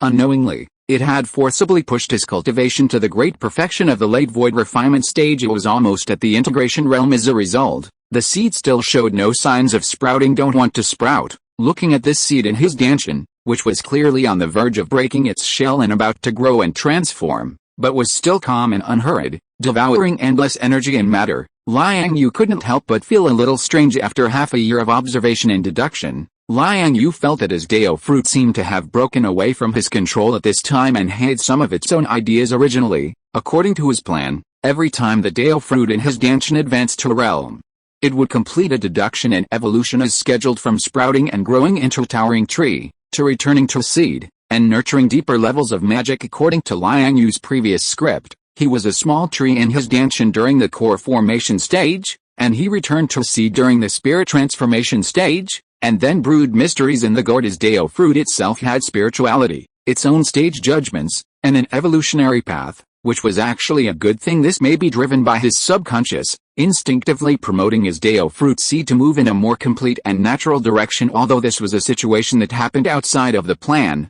somewhat exceeding his subjective prediction. Liang Yue felt that he should observe it again, then let it be natural. He looked at the seed in his danchin again, which was still absorbing endless energy and matter from the surrounding void and plane world, supplementing itself, and Liang Yue immediately got up and walked out of the room looking around. The small valley at this time had already turned into another appearance under the constant swallowing and scattering of the world tree sapling in the center of the valley, and under the nourishment of massive amounts of heaven and earth spiritual energy, whether it was trees, grass, fungi, or various small animals and insects lurking in the surrounding corners in the valley. Even the most inconspicuous water sources, soil, and rocks in this area have now ushered in some visible transformations under the nourishment of this high-quality spiritual energy according to the standards of the cultivation world. The streams and pools here have been cultivated into spiritual liquid, the valley and the surrounding land have been transformed into spiritual fields, and the rocks have even shown signs of jadification, shining brightly under the sun's illumination. The surrounding trees towered into the sky, and the originally ordinary birch trees, oak trees, etc., seem to have broken through the limitations of the species itself at this time, evolving in a higher, thicker, larger, and more beautiful direction. Seeing this kind of vitality and strange appearance, Liang Yue suddenly had a clear understanding and soon realized the difference between the world tree in the valley and the Dao fruit seed in his danchin. The world tree is absorbing energy and matter, but it can also spit out heaven and earth spiritual energy, feeding back to nature and resources. My seed is good, it only goes in and doesn't come out. However, according to the principle of energy conservation, it seems that there are still many imperfect places inside my seed that need to be repaired and constantly improved. In other words, there is still a considerable amount of potential in my Dao fruit that can be tapped. When will this seed be like the world tree on the opposite side and start to spit out heaven and earth spiritual energy, feeding back to the world? That is the moment when it is truly about to break out of its shell. That's right. Although my current cultivation level has been promoted to a new level, the Dao fruit seed is not complete enough and needs to continue to be supplemented and nurtured. When will it stop absorbing energy and instead start feeding back some good fortune? That is the moment when it is truly mature, just like my previous small tree in the danchin, while absorbing heaven and earth spiritual energy, refining spiritual power and mana. It can also evaporate large areas of water vapor energy. Now this only goes in and doesn't come out, indicating that the time has not yet come. It seems that as my own cultivation realm continues to improve, the growth cycle of this Dao fruit seed is also constantly lengthening. Should this be considered a good thing, or is it that my current cultivation speed and advancement efficiency are a bit too fast? Without leaving enough reaction time thinking of this, Liang Yue couldn't help but frown slightly again, and subconsciously looked at the seed in his danchin, which was still constantly absorbing various energy and matter from the surrounding void and plane world. A wonderful feeling suddenly surged into his heart as he moved with steps. The plane space world pierced by the seed was also changing accordingly with a constant change of his own coordinates and position, and in this process, Liang Yue himself did not feel the slightest discomfort. And his own cultivation was also rapidly improving with the constant incorporation of this massive amount of heaven and earth essence. This situation is truly amazing. In addition to this, the purple gold gourd, which had transformed into a light and shadow outline shrouded on the outside, was also becoming stronger, but this process of becoming stronger was passive, and unlike the self-improvement of the Dao fruit seed, the purple gold gourd itself was just a divine power technique. Without the spirituality and consciousness of self-evolution, Liang Yue needed to artificially promote the creation and mystery of this technique. Since this seed itself can self-evolve and make up for its shortcomings, then there is no need to worry about it for the time being. On the contrary, the technique of the purple gold gourd, although it was a magical thing that I inadvertently promoted, but its own power is indeed good. It would be a pity to just leave it here and let it flow. I might as well take advantage of this time to carefully deduce it. Chapter 788, An Orphan in the World.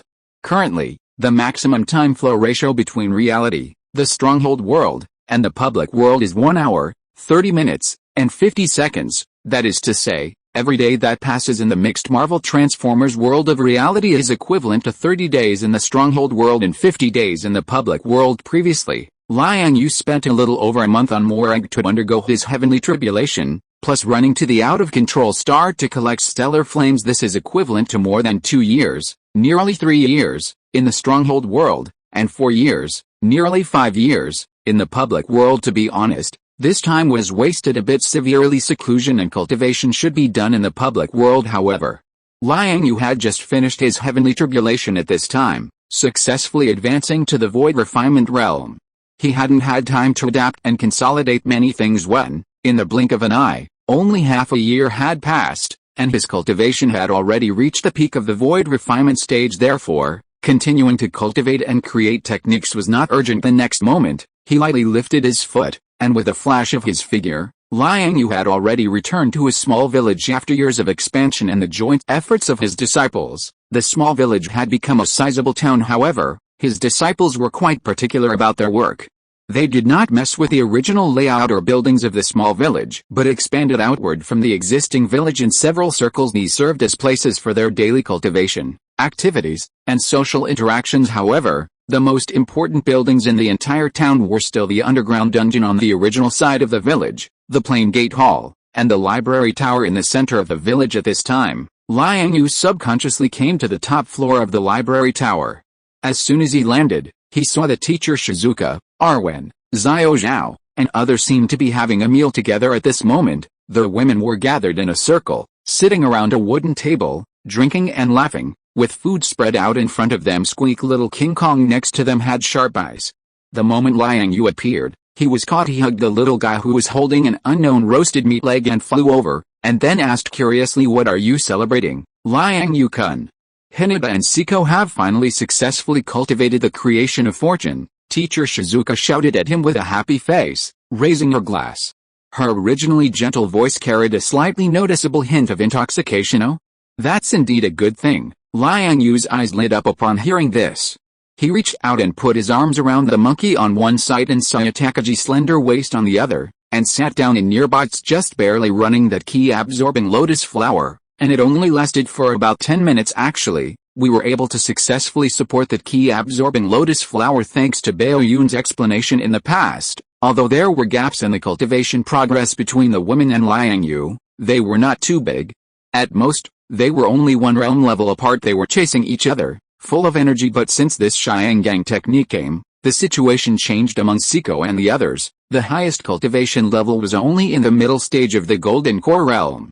While Liang Yue had just finished his heavenly tribulation and successfully advanced to the void refinement realm. In this case, the thoughts of the women can be imagined. They wanted to catch up, but they didn't have the strength to do so. It can be seen from the fact that they have been spending most of their time in the stronghold world, the public world, and even the dungeons in recent years, desperately leveling up and cultivating, that they actually care about being left behind like this. Therefore, in this small group, someone successfully running the introductory mantra of the creation of fortune is definitely a major event in their eyes. The excitement in their hearts can be imagined, and more.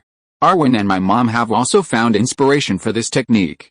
It shouldn't be long before they can achieve some results, but the creation of fortune is really too difficult and complicated.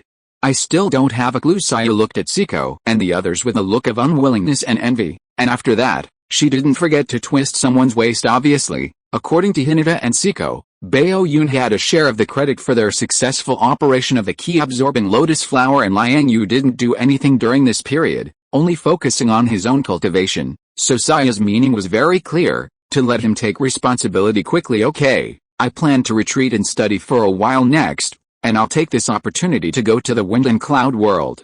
By the way, I'll also help you explain the cultivation of this creation of fortune." Faced with the expectant gazes of the women at the table, Liang Yue naturally had nothing to say. Come to think of it, he had been in seclusion most of the time before, and it seemed that he hadn't spent time with them for a long time. The wind and cloud world is a good place. Although the situation there is a bit strange, the martial arts atmosphere is strong, the concentration of heaven and earth spiritual energy is good, and the energy level is much stronger than the original DC Earth. At least, placed in the simple world of Chinese espers, it definitely belongs to the high-level segment now. It has become the main place for the activities and training of his disciples. However, Liang Yue had never been there even once. After receiving his promise, there was a burst of cheers at the table. The women started eating and drinking, and after about half an hour, they gathered around him and came to the plain gate of the wind and cloud world, and everyone stepped into it. Since it was his first time entering this world, Liang Yue needed to choose an identity on that public platform before entering. There was nothing to say. The wind and cloud world was not of much value to him now, except for experiencing a different life. Even if he was facing the Azure Dragon hidden in the sea and the Fire Kirin in the Great Buddha Cave, he didn't need to rely on additional identity bonuses to do anything so soon. Under the system's default, Liang Yue obtained a free orphan identity immediately afterwards, with a flash of light. He felt a burst of dizziness, and then his whole person appeared in a brand new world. This was a somewhat messy beach, with a shingle beach under his feet, surrounded by reefs, and facing the rolling waves that were constantly washing the coast. A faint smell of the sea was coming from the air. Liang Yue looked at himself at this time. His originally neat Taoist robe and clothes had been replaced by the system with old linen clothes without him knowing it, white on top and black on the bottom. The holes in the upper part of the clothes were too lazy to repair, and he was also wearing a pair of somewhat shiny wooden clogs on his feet. His originally neatly dressed hair was now disheveled, looking withered and dry, vaguely with patches of salt stains. Even more excessive was that his originally crystal clear skin had now been turned into dark black by the system, looking like it had been exposed to wind and sun for a long time. With a hint of roughness not far behind him, a wooden shed was sitting between two herringbone-shaped rocks. Several thin salted fish were drying on the wooden rack next to it. Well, this outfit and utensils should be worthy of the identity of an orphan. If you are listening to this novel on a channel other than Fanfic World, it means it was downloaded and re-uploaded without effort. We warmly invite you to visit our channel, Fanfic World. There you will find the original version of this story and many other novels of various genres. We look forward to seeing you dive into a world of incredible novels. Chapter 789: Dominate the World. Fortunately, for Liang Yue as he is now, dark skin, roughness, dryness, and unruly hair are no longer problems. Now in the void training stage, every cell in his body can freely convert energy from the void, or rather, the quantum world. Adjusting skin tone and smoothness is simply too easy. Furthermore, according to the standards of cultivators, after entering the void training stage, Liang Yue will completely break free from the problem of insufficient lifespan, truly joining the ranks of immortality, because in this realm, his body has been greatly strengthened, and he has initially completed the direct conversion between energy and flesh, and energy and the nascent soul. As long as the nascent soul is not destroyed, even if the flesh is destroyed, as long as a certain window period is allowed, a new body can be completely condensed. Of course, it is said that doing so will greatly damage one's vitality. However, even before reaching the void training stage, Liang Yue himself was already capable of achieving immortality, because the Green Lantern ring he wears has the function of freely converting energy from the star core for his own use. As long as the Green Lantern ring is in hand, immortality is standard. Just as Liang Yue was strolling on the beach, casually picking up a few dark sea cucumbers from a corner, wanting to taste something fresh, the village communication platform suddenly sent a notification sound, so he summoned the platform interface and saw that it was Elizabeth who had sent him a message. "Where are you?" As soon as the video connected, the little girl looked around curiously, with several small heads squeezed beside her, namely Yang Buhu, teacher Shizuka, and Saya-chan. Through the gaps, Liang Yue could see that the other side should be a building located in the mountains was randomly sent to the seaside. As he spoke, Liang Yue spread his hands to the people in the video, showing his current appearance and image, causing them to laugh. "Don't be too picky when it's free." Immediately afterwards, with a thought from Liang Yue, the dark skin that had been exposed to the sun and wind instantly turned white, the messy hair was automatically tied into a bun, and he put on his Taoist robe again. After a touch-up, the whole person quickly returned to his original appearance. After communicating with Elizabeth and others, he learned that after arriving in this world, the women and their disciples had once again spent a lot of money to take over Mount Tebei, establishing a sect, building a mountain gate, as their base and logistics base in the wind and cloud public world, occasionally walking around the Jianghu, increasing their knowledge, and looking at the people and things in this world. Most of the time they are farming, and then retreating to cultivate. They basically only have a superficial understanding of the main characters and plot, and they have not made deep friendships even when they occasionally interact with certain characters. The martial arts experts in the wind and cloud world mostly seek to dominate one side, and those with greater ambitions want to unify the martial arts world, which is too mundane. Only a few who are desireless and seek less aim to reach the peak of martial arts and constantly break through the forefront of martial arts, but such people are rare for Baoyun and the others. Seeking immortality and longevity is the ultimate goal, with Liang Yue as an ancestral master standing in front as an example, like a dazzling lighthouse on the road of cultivation, constantly guiding and reminding later generations. His disciples can naturally perceive the gap between themselves and the real strong. Therefore, their goal is to train here, experience all aspects of life, and after gaining something, they will quickly return to the mountain to retreat and cultivate, in order to break through the bottleneck as soon as possible, and then go further on the road of cultivation. It can be said that from the beginning, The goals of the women and the disciples of the Flowing Cloud sect were different from those of the local forces in the Wind and Cloud world, and their life pursuits were also different. Dominating the Jianghu, holding great power and wealth are not of great significance in the eyes of cultivators. It is quite like a sense of overlooking all living beings from the top of a high peak. Even the worst of the Xianzhuang's disciples disdain to associate with these local sects unless there is no hope of cultivation and promotion, and no clue can be found. Perhaps they will consider establishing a family, passing on the lineage, and entrusting it to future generations. Therefore,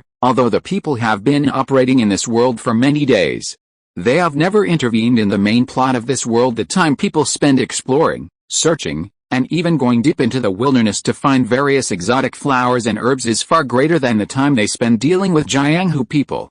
With a flash of his figure, in just half a minute, Liang Yue had already driven the rainbow light from the eastern coastline all the way to the central plains and finally came to this familiar and somewhat unfamiliar Mount Taipei as the mountain gate of the Flowing Cloud sect in this world. The building complex in front of him must not be too shabby at a glance. Various pavilions, terraces, carved eaves, exquisite carvings, and high-rise buildings almost cover the entire mountain, accompanied by the sea of clouds, with cranes flying, bamboo forests on the side, and bright sky. It is a scene of immortal family. Compared to the Xianzhuang mountain gate in the DC world, it is even more exquisite and magnificent, and somewhat luxurious. It can be seen from many details that a considerable part of this building complex is a product of artificial construction and terrain creation. However, this is still within the capabilities of the women and the disciples of the character template, who are proficient in earth and wood magic. With a flash of rainbow light, Liang Yue had already landed from the clouds and came to a small square paved with white marble in the Xianzhuang residence, where Elizabeth,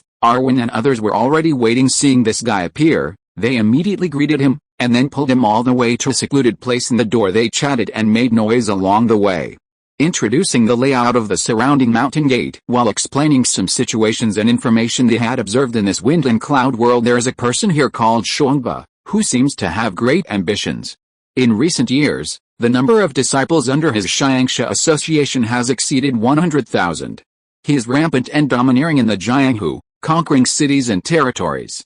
His limelight is unmatched, for a while his power dominates the entire China, and most of the sects in the Jianghu have surrendered to him. By the way, the situation in this world is very strange. The Chinese court here is not strong, and the combat effectiveness of the army is not good. Instead, the major sects in the folk Jianghu in various places occupy the dominant advantage. If you have to compare it, it is more like an enlarged version of the ancient island country, where the royal family, the shogunate, and the daimyo of various places rule the country together. That Xiangba probably wants to be the shogunate. In addition, the various sects in this Jianghu are also very interesting. Their martial arts have their own characteristics, and many of our disciples who mainly practice martial arts have also learned from them. Some of the bolder ones even ran to the royal library, but the gains were just like that. I heard that there are dragons and unicorns in this world. It is said that unicorns have always lived near the Buddha in the Xianfu area, while dragons stay in the sea. We haven't heard any definite information yet. In addition, there is a legend of the 4 great divine stones in this world. It is said that they are treasures left over from Nuwa mending the sky, but most of them already have owners.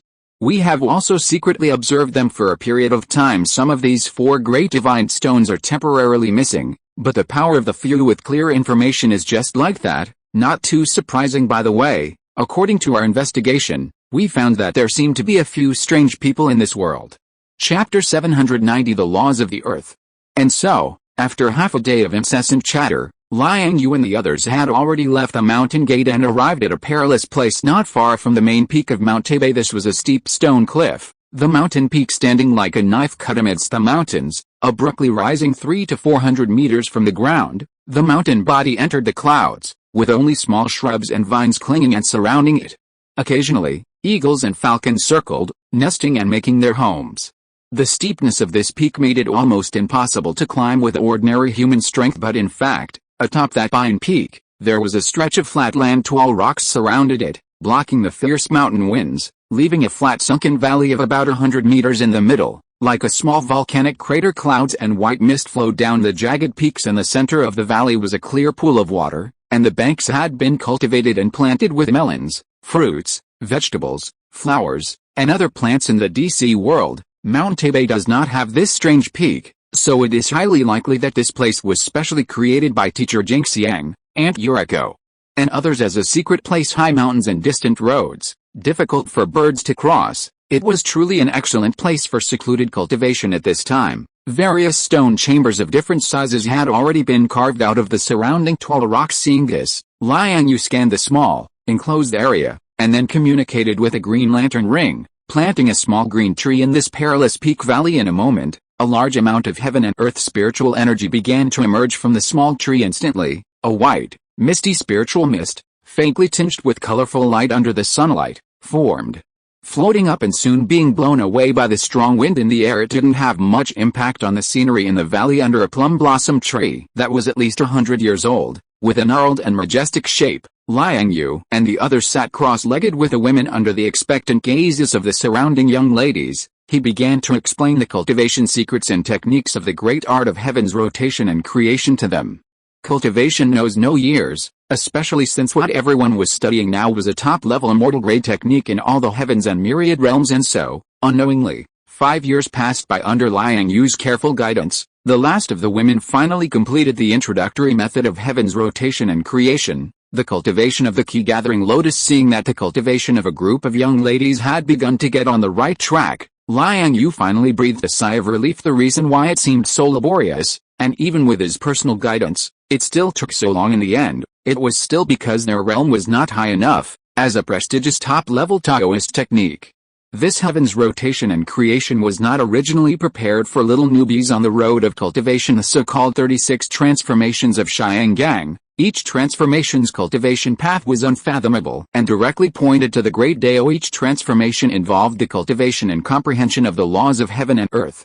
Even its introductory level technique was profound and had very harsh cultivation conditions. When the cultivation realm was not up to par, the cultivator could only rely on their own opportunities and accumulation to try their luck. For example, the construction and creation of this key-gathering lotus itself. Once cast, it would naturally be able to penetrate the surrounding void and connect with a plane world near the cultivator's coordinates, drawing energy substances of different attributes and levels from various heavens and worlds, smoothing and categorizing them, and then using them for one's own purposes. Only then could they stumble and try to successfully cultivate this introductory mind method. If it were an ordinary cultivator, they would probably not be able to figure out the way, and only when their cultivation realm reached an extremely high level, or even after becoming an immortal, would they be qualified to study this technique. Seeing the women around him, one by one, propping up a lotus of clear ki around them, Liang Yue finally let go of his worries and began to concentrate on studying his own techniques. During these 5 years, he was not always teaching and explaining.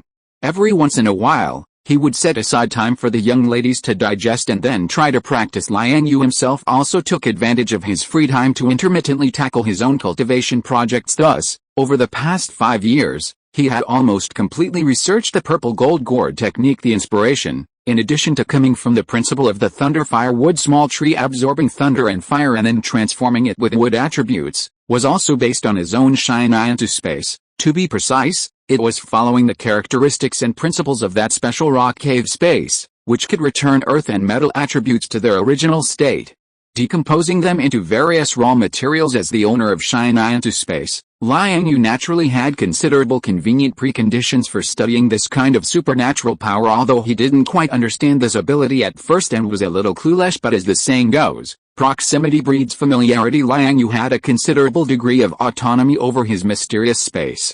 After careful study, he really found the mystery in it. Simply put, the energy used by shine to decompose various metals and alloy materials came from the application of a special earth attribute. Liang Yue knew this thanks to Nana's research skills over the years. When choosing the innate imagery, Nana's focus was on the earth crystal in the shape of stalactite veins that he had brought back from the world of the demon sect leader in the Heaven Sword and Dragon Saber. Based on this, as the cultivation realm continued to advance, the girl's innate imagery naturally improved in level and quality. The earth crystal could condense the essence of one side of water and soil, thereby forming earth spirit milk, a kind of elixir. After the power was enhanced, it could naturally be used to transform some objects of other attributes, just like Liang Yue used the thunder fire wood innate imagery to forcibly absorb half of the energy in the Ten Tails body, transforming it into a fruit condensed from pure energy material. Now that Nana, who is already in the Jinden stage, could also transform a certain amount of energy or matter. It was just that there was an essential difference between the earth attribute and the wood attribute, and the transformation methods between the two were somewhat different. Back to the topic. Taking advantage of the convenience of shining into space, Liang Yue logically comprehended a part of the earth directions spell application and tried to add it to the purple gold guard's magical power. Now, it was beginning to show results, of course, because his cultivation level in the direction of the earth law was not that deep. At present, this magical power was only a prototype, and there was a serious phenomenon of being partial. Fortunately, Liang Yue was different from the past. After all, being in the realm of Liang Su, looking back and focusing on the basic aspects of cultivation, practicing earth attribute spells, etc., was naturally twice the result with half the effort. In addition, Liang Yue also remembered that in a previous system lottery, he seemed to have obtained a skill called Earth Thort technique. In addition to this, there were many earth-based ninjutsu and 5-element escape techniques in his collection. Taking advantage of this opportunity to create a technique, he could also carefully study it. Chapter 791 Tongshan Lu.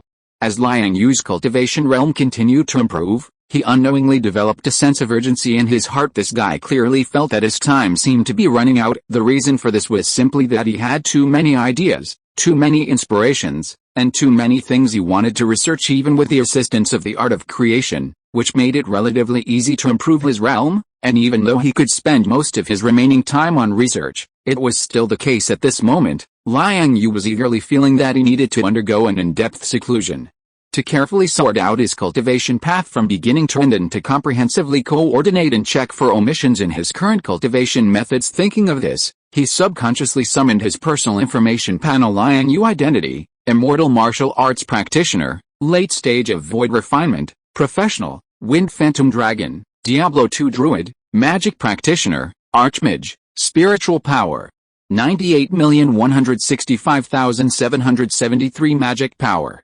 2,836,912, magic power. Heart was borrowed by Gu Yi. Strength, 99,871. Agility, 110,522. Constitution, 257,210. Energy, 542,199. Bloodline, human, sealed. Otsutsuki Tensigen. Talent, vigorous energy. Ability, hair manipulation. Skills, cultivation methods. Looking at the data on the panel, Liang Yue immediately frowned. Obviously, the set of personal information above, especially the 4-dimensional attributes, was not as good as he had imagined originally. According to his own estimation, when he advanced from the transformation god stage to the void refinement realm, his body's 4-dimensional attributes should have undergone a qualitative improvement, thereby prompting him to unlock the system's 7th level of authority. As a result, although the data looks good now, with only a small amount of strength attribute needed to break through the shackles and reach the activation standard. However, Liang Yue's current data distribution is extremely unbalanced.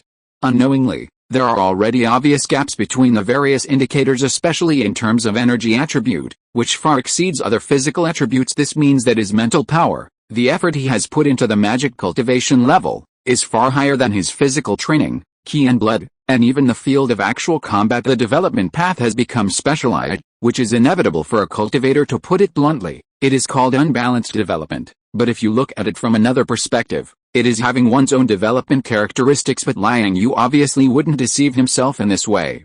Reality is not a game. There is no professional balance, no restrictions on development models. Everyone will subconsciously make up for their own shortcomings on the road of cultivation. Taking the highest as a standard, one can achieve the middle. Taking the middle as a standard, one can only achieve the lowest. Liang Yue, although he usually looks a little loose, has always been demanding of himself with high standards, and does not allow himself to have obvious omissions and shortcomings. But now, judging from the panel data, in the past period of time, his cultivation path has obviously deviated.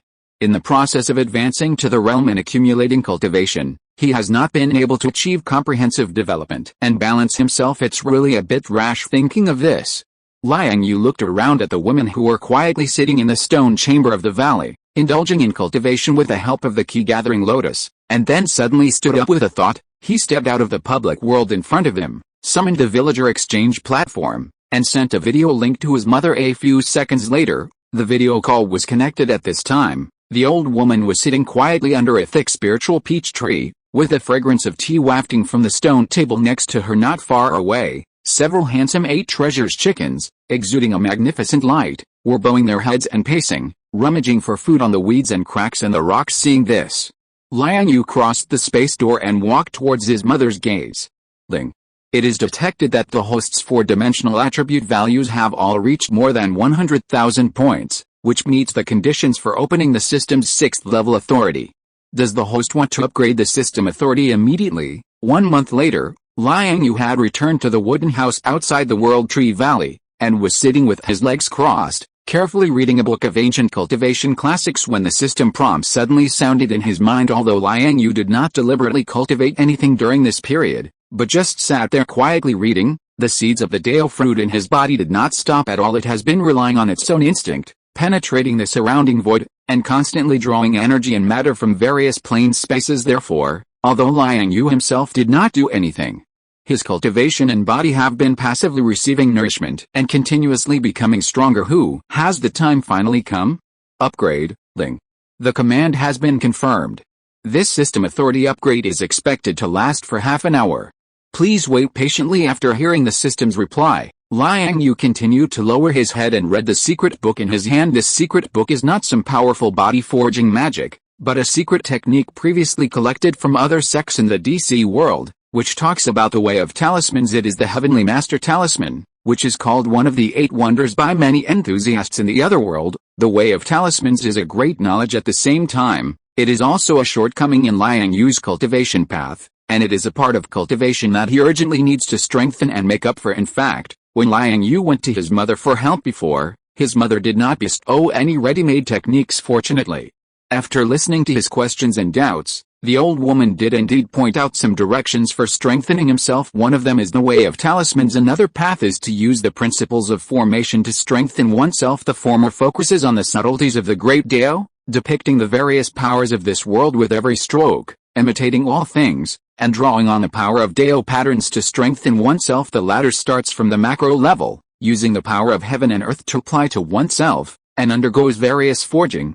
tempering, accumulation and accumulation. Of course, in addition to this, his mother also gave some other training ideas. For example, attracting the power of specific sun, moon and stars, strengthening oneself, and using the acupoints of the human body as nodes to wash the body meridians, thereby strengthening the body. Or, using some stupid methods, bearing huge weights with the strength of the limbs, moving mountains and unloading ridges, and applying multiple gravity and other external factors to temper oneself. In fact, according to reason, this third option is more suitable for Liang Yue because in his opinion, the so-called attracting the power of the sun, moon and stars to wash the body meridians is almost the same as his key gathering lotus, penetrating the void, and summoning the energy and matter of heaven and earth from different planes to be used for his own cultivation. As long as he is not unlucky, the so-called power of the sun, moon and stars in the former should probably not be comparable to the various energy substances in those high-level planes. With this in mind, Liang Yue immediately activated the key gathering lotus,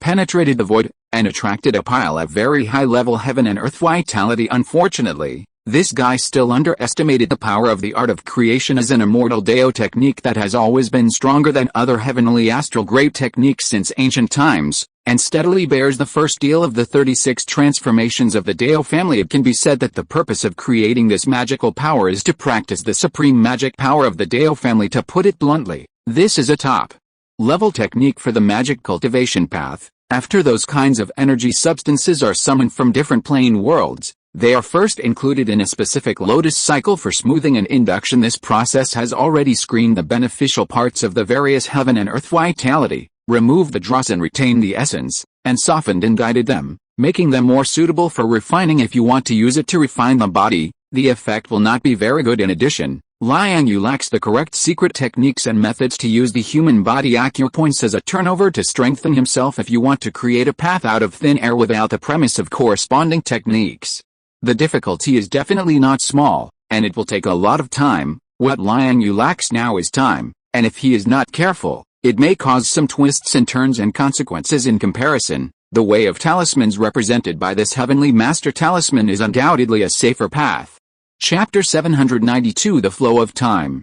Half an hour passed in the blink of an eye. The update content for this level 7 system permission can be considered full of useful information, After this upgrade is completed, in addition to a one-time unrestricted lottery privilege, the lottery privileges for instances in the public world have also been updated. In addition, the Stronghold world has finally ushered in another upgrade opportunity. The interval time for the trials in the heavens has not changed, and it is still once a year. The time ratio between the real world, the Stronghold world, and the public world has been expanded to 150, 90, or 90 hours, and 50 minutes, 1, and the ratio within this range can be freely adjusted. In addition to this, Liang Yue's control over the Stronghold world has been further strengthened, and even when he is undergoing trials in the heavens, he can finally freely enter and exit. Then, there are another 100 villager slots, and 5,000 slots directly for the natives. It seems that the system is clearly trying to get him to expand his team. Finally, in this update, the system has also opened up a new function, simulated combat. It is somewhat similar to the illusion plus holographic technology, but it is more realistic. It can create various harsh environments, dangerous celestial phenomena, natural disasters, beast tides, battles between armies, and other simulated conditions for trials and simulated combat through artificial settings and manipulations. It can also conduct one-on-one, one-on-two, one-on-many and other confrontations and killings under various environments, and independently select combat targets according to the system's description. All the characters that Liang Yue has encountered in the heavens can be simulated and then placed in virtual combat. For this reason, a ring-shaped arena has also been newly added to the village in the Stronghold world as the login point for this function. Currently, Liang Yue has opened this new system function to everyone. Anyone who has obtained his approval and is qualified to come to the Stronghold world can use it and give full play to it. Except for those who are in the public world or in instances, everyone returned to the town. After reading the update content of this system permission, Liang Yue almost immediately summoned the villager contact platform and the avatar bracelet of the intelligent brain Xiao, and issued such an order to a group of his disciples. The reason is naturally because the Stronghold world is about to upgrade, and everything except his own small village and the surrounding town will enter a state of accelerated time during each upgrade. The outside world will undergo thousands, or even thousands or tens of thousands of years of natural evolution under the system's deliberate evolution. Faced with such a long river of time and vicissitudes, ordinary disciples probably can't handle it. However, those who are in the public world and in instances are fine. Probably because the entrance is located within the village, they are also under the protection of the system rules. About 2 hours later, those who were traveling outside, those who were adventuring in groups in the Stronghold world, and the disciples stationed in the various elixir bases, all returned to the village. Even a group of disciples who were originally in the public world, and even Hinata, Siko-senpai and others who were in closed-door cultivation, all rushed back after receiving the order. This upgrade of the Stronghold world will probably last for about a week. At that time, the time flow outside the town will be greatly accelerated, and the entire world will undergo accelerated evolution. During this period, you can go to the public world, or you can go to instances. In short, don't easily leave the scope of the town. That's it. Now, if you have any questions, you can ask them. On the martial arts field of the Stronghold world, there are currently 300 or 400 people standing densely opposite Liang Yue. Most of them are the disciples that he and the girls brought out from their respective sects in the past period of time. A small part are partners and characters brought out from the water margin instance. I have an idea. At this time, Teacher Shizuka, who was standing in front of the team, suddenly raised a hand, with a sweet smile on her face. What idea? Liang Yue asked somewhat unexpectedly when he saw this. I think we can take advantage of this world upgrade to draw a wave of spirit medicine lucky bags, so that we can use the abnormal time flow of the outside world to cultivate more spirit level crops. That makes sense. If Teacher Shizuka hadn't said it, he would have almost forgotten about it. In the previous routine lottery, Liang Yue had drawn something called low-level spirit medicine lucky bag. Each lucky bag could randomly open 10 kinds of spirit medicines, spirit plants, or spirit level crops, etc. However, due to the fact that it is a low-level lucky bag, the grade of the spirit level species drawn is probably only hovering between the first and third levels. In fact, they had done this once before when the Stronghold world was upgraded, taking advantage of the evolution of time in the outside world to cultivate some spirit level species in batches. It can be regarded as enriching the foundation of this base and seeking benefits for the cultivation of a group of disciples. However, for Liang Yue himself, the effect is just so-so after all, since he obtained the great supernatural power of creation. He basically has no shortage of resources for his cultivation. In addition, after Liang Yue obtained this lucky bag from the system lottery, this product was also put on the shelves in the mall, and you can buy one for 5,000 points currently. Liang Yue has a little over 100,000 points on hand, so it is not too stressful to buy another batch of spirit medicine lucky bags. One lucky bag can open 10 kinds of spirit level crops, and 10 bags are 100 kinds. Leaving aside those that are unlucky and repeated, there are still 83 new categories of spirit medicines, spirit plants, etc. Among them, there are auxiliary herbs for alchemy and medicine refining. There are also spirit-level melons and fruits that can be used for food. There are spirit rice and brewing materials that can be used as daily diet. And there are also low-level spirit materials that can be used to refine magic weapons after they mature. Although these things are not taken seriously by Liang Yue, the disciples on the opposite side are all a little envious. So soon, they were assigned various tasks. They used their means to go to various spirit plant and medicinal material bases in the stronghold world. And with the assistance of the girls, they created a new batch of planting terrains. In this way, 3 days passed in a flurry, and everyone arranged the spirit plant and medicine garden properly, full of expectations, and returned to the town again. This time, Liang Yue did not conduct any public training, but only gathered a group of villagers for a small-scale exchange meeting. I planned to take advantage of this opportunity of world upgrade to go out for a period of closed-door cultivation, to check for gaps and make up for omissions, and to consolidate my own foundation. As for you, your realm is still a little low for the time being. However, you can also try it to a limited extent. During the world upgrade, can the shield outside the village be freely entered and exited? This, I have communicated with the system before. Anyone who has villager status and native slots can freely enter and exit. In this way, it can indeed provide us with a lot of convenience, and we don't have to worry about becoming an old woman if we are not careful. Liang Yue, how long do you plan to go out for closed-door cultivation, staying outside from beginning to end? For thousands or tens of thousands of years? I probably can't stand it, but my current cultivation does require a long period of time to settle down. Fortunately, I am already in the void refinement stage, and lifespan is no longer a problem. Okay. We also plan to improve our cultivation, at least not to be too far behind Liang Yue. That's right, this world upgrade should be a good opportunity to catch up. Now our cultivation is probably in the golden core stage. Why not take this opportunity to improve to the nascent soul stage in one fell swoop? That would probably take hundreds of years. Fortunately, it won't take too long in other places. In the village, it may take less than a day at most. Right, the disciples also have such plans. We have collected many inheritance classics from many colleagues in the alien world, and we can take this opportunity to study them a little. Many senior brothers in the sect probably have the same idea. Okay, you can grasp the measure yourself. Don't waste it in vain. In addition, you can also try the new function of the system. After that, I will probably stay near the Valley of the World Tree. At that time, if you have any confusion in your cultivation, you can come to me at any time. The disciples understand. Chapter 793 The Way of Talismans.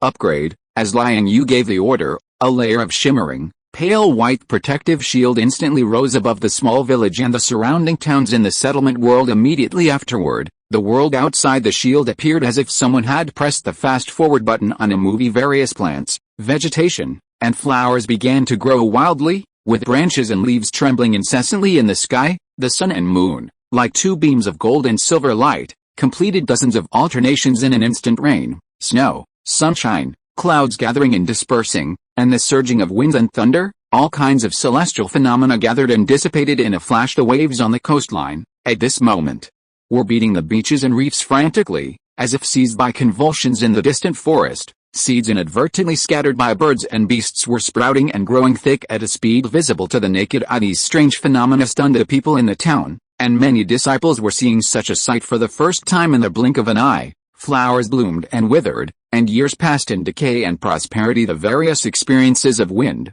frost, rain, and snow were fleeting, playing out before their eyes like dream bubbles, leaving them overwhelmed and unconsciously immersed in it. After a long time, apart from feeling complicated emotions, they couldn't help but marvel at the greatness of the power of time. However, compared to the disciples in the town, Liang Yue didn't feel anything special at this moment. After all, he had seen such scenes several times before. So, after waving to the group of young ladies beside him, he lightly tapped his feet, and his whole body flew into the distant sky in a trance. As he passed through the layer of fate protective shield outside the town, he clearly felt a strange aura, very subtle and mysterious. Although this shield seemed dim, only carrying a faint white light, It was a full 10 feet thick and slightly viscous. Although it was only a fleeting moment for Liang Yue, his senses clearly told him that the mysteries within were worth studying carefully. However, Liang Yue did not act immediately at the moment of flying out of the shield. After hesitating slightly, he continued to flee towards the direction of the world tree. At this time, being in the area outside the village, the flow of time in the outside world had returned to normal, and looking back at the shield, what he saw was a completely different scene. Everything was slowed down, as if the small town shrouded in the shield had become a prison trapped by time. A moment later, Liang Yue arrived at the simple room outside the World Tree Valley. After calming his mind for a while, he took out the Tongshan Lu again, as well as a series of ancient books recording the art of talisman from the DC world, and began to study them carefully. Being in the mighty river of time, Liang Yue now had plenty of time to start from the basics, step by step, to relearn the knowledge system of another field. The art of talismans is profound and extensive. Although he had only just started, initially reading a few ancient books in this field, Liang Yue had already deeply realized its vastness, breadth, mysteriousness, and charm. If, in the realm of cultivators, Dao is the source of everything, the foundation that constitutes the heaven, earth, nature, and all things, then talismans are the words and symbols used to record and depict the Dao in the eyes of cultivators who practice the art of talismans. Talismans are Dao script. Each correct writing and drawing of a talisman is expounding the Dao and principles of this world, depicting the wonders and magnificence of the heaven and earth. The appearance of each talisman can also mobilize the power of heaven and earth, all things, the sun, moon, stars, elements, nature, and even the Dao itself. Just as in the eyes of mathematicians, mathematics is the foundation of all scientific research. If you want to study natural things, the rules of heaven and earth, and the Dao of the world more systematically, the art of talismans is the simplest and clearest shortcut. Only after establishing such a worldview can those cultivators who want to enter this field have the qualifications to learn. Simply put, the art of talismans is a systematic, complex, and somewhat idealistic power system. All cultivation must start from the basics, and the field of talismans is no exception. Therefore, if Liang Yue wants to enter this field, the most direct method is to follow the example and start by copying some of the most basic and simple finished talismans in the cultivation world. As for the basic materials used to make talismans, such as talisman paper in the previous bidding for the quota of the azure small tree, along with the various inheritance classics of the Taoist sects that recorded the art of talismans, the material formulas for making paper were also sent over. Speaking of which, the making of talisman paper is also a profound knowledge. From the shallow to the deep, talismans of different power require the use of various materials of different specifications and grades, from ordinary plant fibers to specific spiritual materials and metals. In the process of making some talisman paper, the talisman maker also needs to personally adjust the proportions of various materials with mental power and the smoothness of the internal structure. Fortunately, Liang Yue is now only practicing the most basic talisman making techniques, and the requirements for paper are not that high, so Xiao Wu can naturally take care of this aspect. Of course, in addition to the method of making talismans with paper, advanced goods like the Tongshan Lu also involve many methods of making paper with a void and drawing talismans with spiritual power. The advantage of this technique is that once the skill is mastered, the writing speed is fast, and there is no need to waste any materials. But the requirements for the caster are also very high if it involves some high-level and complex talismans, and site production can easily involve too much of one's own energy, putting the cultivator in an awkward situation when facing the enemy. Moreover, in Liang Yue's view,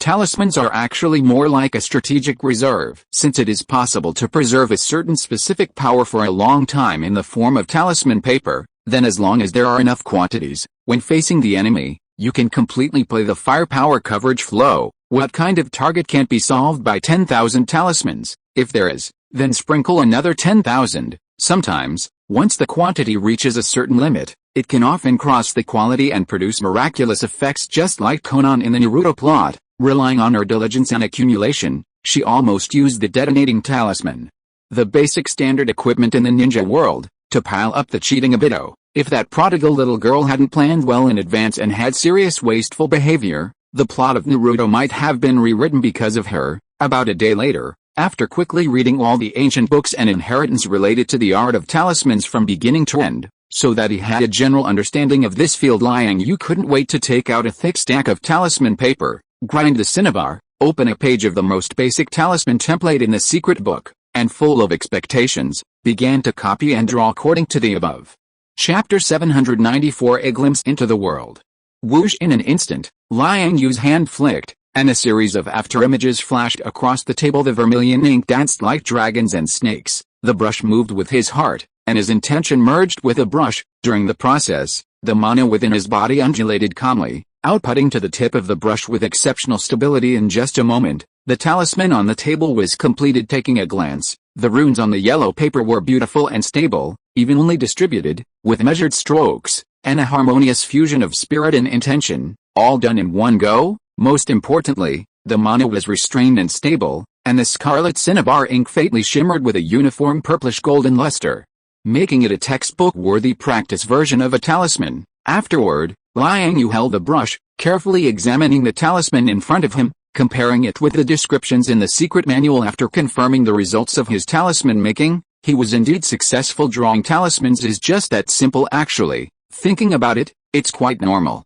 Although Liang Yue was making talismans for the first time, he wasn't some key training newbie like Li Feiyu, but rather the Void Refinement senior Liang Aoshan. Although both were just starting out in this path, the underlying foundation and hardware facilities were completely different. Looking at the talisman in front of him, Liang Yue lightly tossed the brush onto the table, picked up the yellow talisman, and walked out of the room, intending to personally test the power of this talisman. The talisman he drew was just the most basic and lowest level spell in the cultivation world, fireball technique, ordinary and unremarkable, with nothing to praise. Arriving at the side of the valley, he saw a patch of irregular round stone ground surrounded by rolling hills. Liang Yue gently activated it, and the yellow talisman in his hand instantly shattered into hundreds of pieces. In an instant, a wave of mana fluctuations followed, and a fireball about the size of an apple shot out to new. Although this spell was a basic technique in the cultivation world, the fireball itself was not ordinary at all. The golden ball energy was exceptionally solid.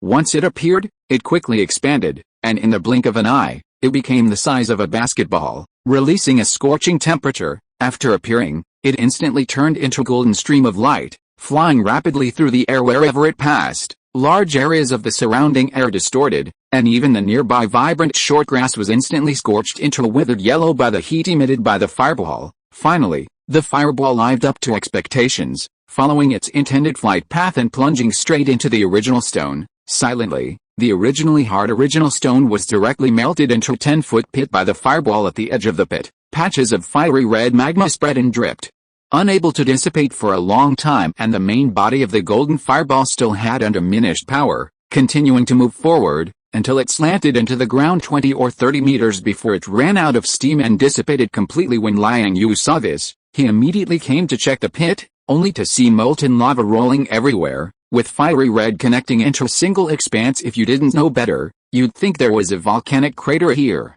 Such a powerful fireball technique is definitely not ordinary. However, Liang Yue didn't find it surprising. After all, he is now at the Void Refinement stage, and although what he inscribed was only a fireball technique, the mana driving the operation of this basic technique was still unfathomable. In addition, with the assistance of the heavenly astral great art of creation, Liang Yue is still far from cultivating the legendary Taoist supreme mana, but compared to cultivators of the same realm, his mana is undoubtedly deeper and its quality is much higher. With a superposition of these factors, it can naturally enable him to double the power when performing spells. If it weren't for Liang Yue's good control over his own mana, being able to achieve a microscopic balance under his control, this mere piece of yellow talisman paper probably wouldn't be able to bear his inscription even if he was drawing the lowest level spell. Then he turned around and returned to the house, continuing to practice with his brush. In fact, Liang Yue is not all interested in the Taoist talisman samples recorded in these books on talisman making collected from the DC world, because, in addition to some offensive fireballs, explosions,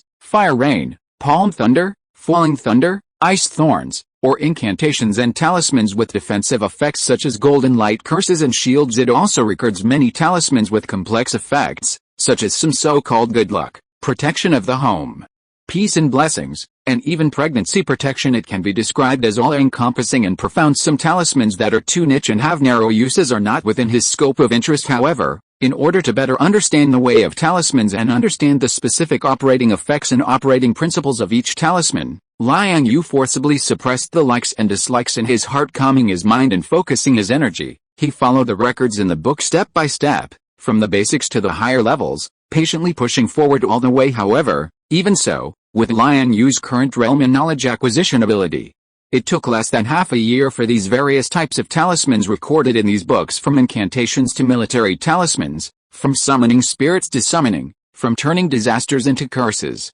In short, the talismans recorded in the various Taoist inheritances, as long as they have left ink records in the books, large and small, whether superficial or high-end, have been inscribed by him. Once the introductory talisman paths, secret incantations, unpassed secrets, etc. in the various Taoist lineages, add up to 3,000 or 4,000 types, and his trip is not just a simple imitation, a rough inscription that he forgets after practicing with Liang Yue's current realm. It is difficult to forget the content that he has personally drawn and read with his own eyes. What's more, in order to deepen his memory and understanding, and to go further on the path of talismans, he has drawn most of the talismans in the classics more than 10 times. Just the various finished talismans have already filled several storage boxes. Faced with some higher level talismans, when there is no talisman paper to write on for the time being, he directly used the techniques recorded in the Tongshan talisman. Using his own mana as a pen, he directly made talismans in the void to complete the release. It must be said that this method is indeed convenient. Although the power is slightly worse than the original version, it is valuable in its freedom and freedom from the constraints of paper, allowing it to be learned and used immediately. As the saying goes, reading 10,000 books is not as good as traveling 10,000 miles. The way of talismans is obviously the same. After Liang Yue personally inscribed all the contents in the book and applied them several times in the field at this time, he has been able to clearly find some of the tips and feelings in the talisman. In addition, although each of the Taoist sects has some skills in making talismans and incantations, with the differences in their respective development and philosophy over thousands of years, differences have long appeared in the methods of making talismans and the habits of copying talismans. But strangely, although there are deviations in the performance techniques of different branches in the way of talismans, the talisman characters displayed when engraving Taoist talismans for the same spell are also different. But in the end, when releasing the Taoist talisman and performing the spells engraved on it, the effects are not much different. The emergence of this phenomenon naturally made Liang Yue aware of some rules, that is, in these Taoist inheritance talisman classics, in many Taoist talisman sample templates, the key functions that can truly connect the world are often only certain specific symbols. Although it is not dare to say that all the remaining parts are superfluous, they can almost all be replaced. However, the process and method of replacement are very particular, and cannot be messed up, and need to be carefully studied. Otherwise, if you are not careful, it will cause the Taoist talisman to fail to be engraved, and in serious cases, it will cause accidents where the talisman that has been engraved for a long time will directly catch fire and explode. Fortunately, he can still afford this loss.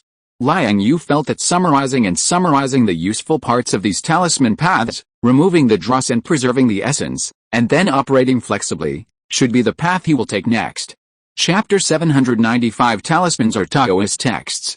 However, such an approach, while seemingly just simplifying things by removing unnecessary procedural parts, is actually quite troublesome to implement. Even with Liang Yue's current realm and comprehension speed, it took him a full 20 years to achieve some results. It's fortunate that he's currently in the river of time, where time isn't so precious, and he's already shed the limitations of lifespan. Otherwise this matter would be really troublesome. One day, Liang Yue, having finally completed his phase of tasks, put down the pen in his hand, stretched lazily, and slowly walked out of the room. Compared to when he first arrived, the small valley where the world tree is located has become much more lively. Looking up, one could see that the hills and slopes around the small valley, and even the banks of some pleasant streams, had been quietly filled with many houses. The inside of the valley, however, remained untouched, as it was tacitly regarded as the world tree's growing grounds now, nourished by a massive amount of heaven and earth spiritual energy. The land where the world tree was rooted has been completely transformed, turning from fertile soil into a pool of spiritual liquid containing iridescent light. At the edge of this spiritual liquid pool, a gentle protective shield has been erected. This is due to the world tree's instinct, not any privately arranged supernatural power. No one can approach it except for Liang Yue and those with villager status outside the small valley. The areas closest to the center are occupied by a group of young ladies. They have now built their houses nearby, vaguely encircling the entire valley, and each manages a small area for living and seclusion. Then, by analogy, a little further out are the residences of Liang Yue's disciples, arranged according to seniority, as well as his friends like Sam, Peter, and Gwen. Frankly speaking, Such a small difference in distance makes no difference in terms of spiritual energy resources, it only reflects a symbolic status after cultivating for more than 20 years. Teacher Jingxiang, Senior Siko, Hinata, Xiao Zhao, and others are no longer what they used to be. However, fortunately, the women are not in a hurry now, and they don't mind waiting another decade or two. There's plenty of time anyway. Calming down, grinding slowly, and constantly making up for one's own shortcomings is the right way to go. In addition to this, the young ladies don't have any selfish ideas. After advancing to the nascent soul stage, they felt a great improvement in their cultivation and have once again taken up the responsibility of being elders of the sect. They have summoned their disciples and begun to explain some of their cultivation insights and realm experiences to them. For those personal disciples belonging to their respective factions, they are even more conscientious, selectively teaching some of the key points about the key gathering lotus. Liang Yue, on the other hand, didn't actively explain any cultivation problems to his disciples, but fortunately, he has Bao Yun. This personal disciple of his is indeed a genius. Relying solely on his own exploration and understanding, he has managed to figure out the key gathering lotus method before he could even turn around and explain it to Senior Siko and the others. He hardly needs to worry about anything in terms of cultivation after finishing his own practice. He can also help him teach. Even Liang Yu's personal disciples have gradually gotten on the right track under the guidance of the senior brother, Bao Yun. Truly a good disciple, of course, compared to the women around him and his disciples and grand disciples. Liang Yu's gains in these 20 years are naturally also quite significant. Simplifying the talismans, Dao talismans, and other Taoist symbols in hand is not a simple task. It also involves a series of complex issues. For example, correctly recognizing which of the existing talisman Dao texts are truly effective, which are deliberately placed but more like formalism, and what their respective roles are, which are responsible for conduction, assistance, and description, and which are the leading parts in the process of this deletion and extraction. Liang Yue can naturally understand the differences and specific effects more deeply and intuitively, allowing him to grasp the power of talismans more clearly and definitively. Now, after 20 years, he has finally found what he needs in these thousands of talisman templates. At this time, Liang Yue was quietly sitting cross-legged in an open space in front of the wooden house. A stout oak tree, tens of meters high, stood to the side, and as the breeze blew, the dense branches and leaves gently rubbed against each other, making rustling sounds seemingly unintentionally. A few strands of Liang Yu's dark and neat hair were suddenly raised, and then they began to ride around him like paintbrushes. The strands of hair danced very quickly, yet without any disorder. Every movement, every transition, could sow a trace of mana imprint in the void, and it was scattered just right using purple gold mana as ink, writing out mysterious characters that were both similar and dissimilar. Some were as simple as a child's handwriting, while others were so complex that they were dazzling. But this does not resemble the traditional Taoist runes and talismans, but rather, they are somewhat similar to the oracle bone inscriptions and witchcraft characters of more ancient times. After each Dao text is formed, it will automatically float there like a special imprint, rippling tiny ripples in the void. After a while, Liang Yu's surroundings were filled with these dense purple gold talismans, and hundreds of talismans were written. This is the result of his 20 years, although it seems small. The effect is extraordinary. These seemingly only a few hundred Dao texts are all carefully selected by Liang Yue after multiple comparisons and eliminations, and each one is precious. To put it bluntly, this is actually the most basic component of the talisman path, like the 1, 2, 3, 4, 5 in the field of mathematics, and the 26 letters of the English language. As long as they are used properly, they can exert amazing effects. However, it can also be seen from this point that Liang Yue is currently in the initial stage of understanding in the field of talisman research. Although he has already memorized all the talisman classics and Dao talisman templates that were given as gifts by various Taoist branches in the DC world, and he can communicate with the power of heaven and earth with a wave of his hand. But this is just the tip of the iceberg compared to Liang Yu's vision of true talisman research. With these basic talismans, what he has to do next is to continuously innovate, superimpose, and combine them to research more advanced and even composite talisman works. In addition, he must also take heaven and earth as his teacher, combine his own understanding and comprehension of the rules of the world, and use the power of talismans to model various natural phenomena, the power of heaven and earth, and even more profound rules. Simply put, it is to use these basic talismans as words to depict the poems and articles of heaven and earth. This is Liang Yu's current idea and plan in this talisman path.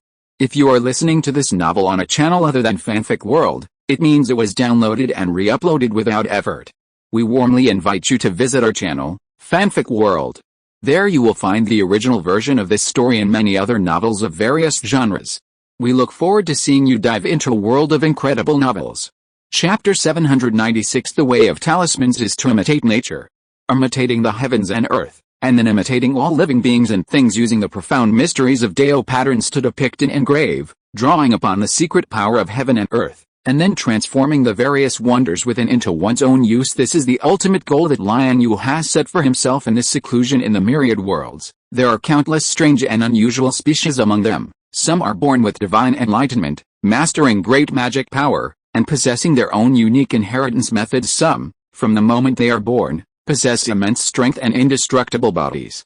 Far stronger than all the races in this world. Some species are even born as gods from the moment they come into existence. Their existence and greatness rely on the favor of heaven and earth and their own powerful bloodlines. Therefore, what he needs to do is to use the power of talismans to simulate the various wonders of these species, and then sort them out and reverse engineer them, and then apply them to himself. This is the fundamental way that his mother initially pointed out to Liang Yue, that the path of talismans can enhance the physique and strength in the body. Frankly speaking, this is not a good path because it is too troublesome and too complicated, far less practical than directly throwing him a powerful body forging technique. However, this is indeed a broad road. As long as he can figure out the truth of this, it will not only be about strengthening the physique and enhancing the body. All the wonders of this world, all kinds of cultivation and evolution paths, can be analyzed and simulated by him in the form of talisman Dao patterns. This is a road to the sky, with countless treasures and mysteries hidden within and through imitating other congenitally powerful species, simulating their own powerful origins,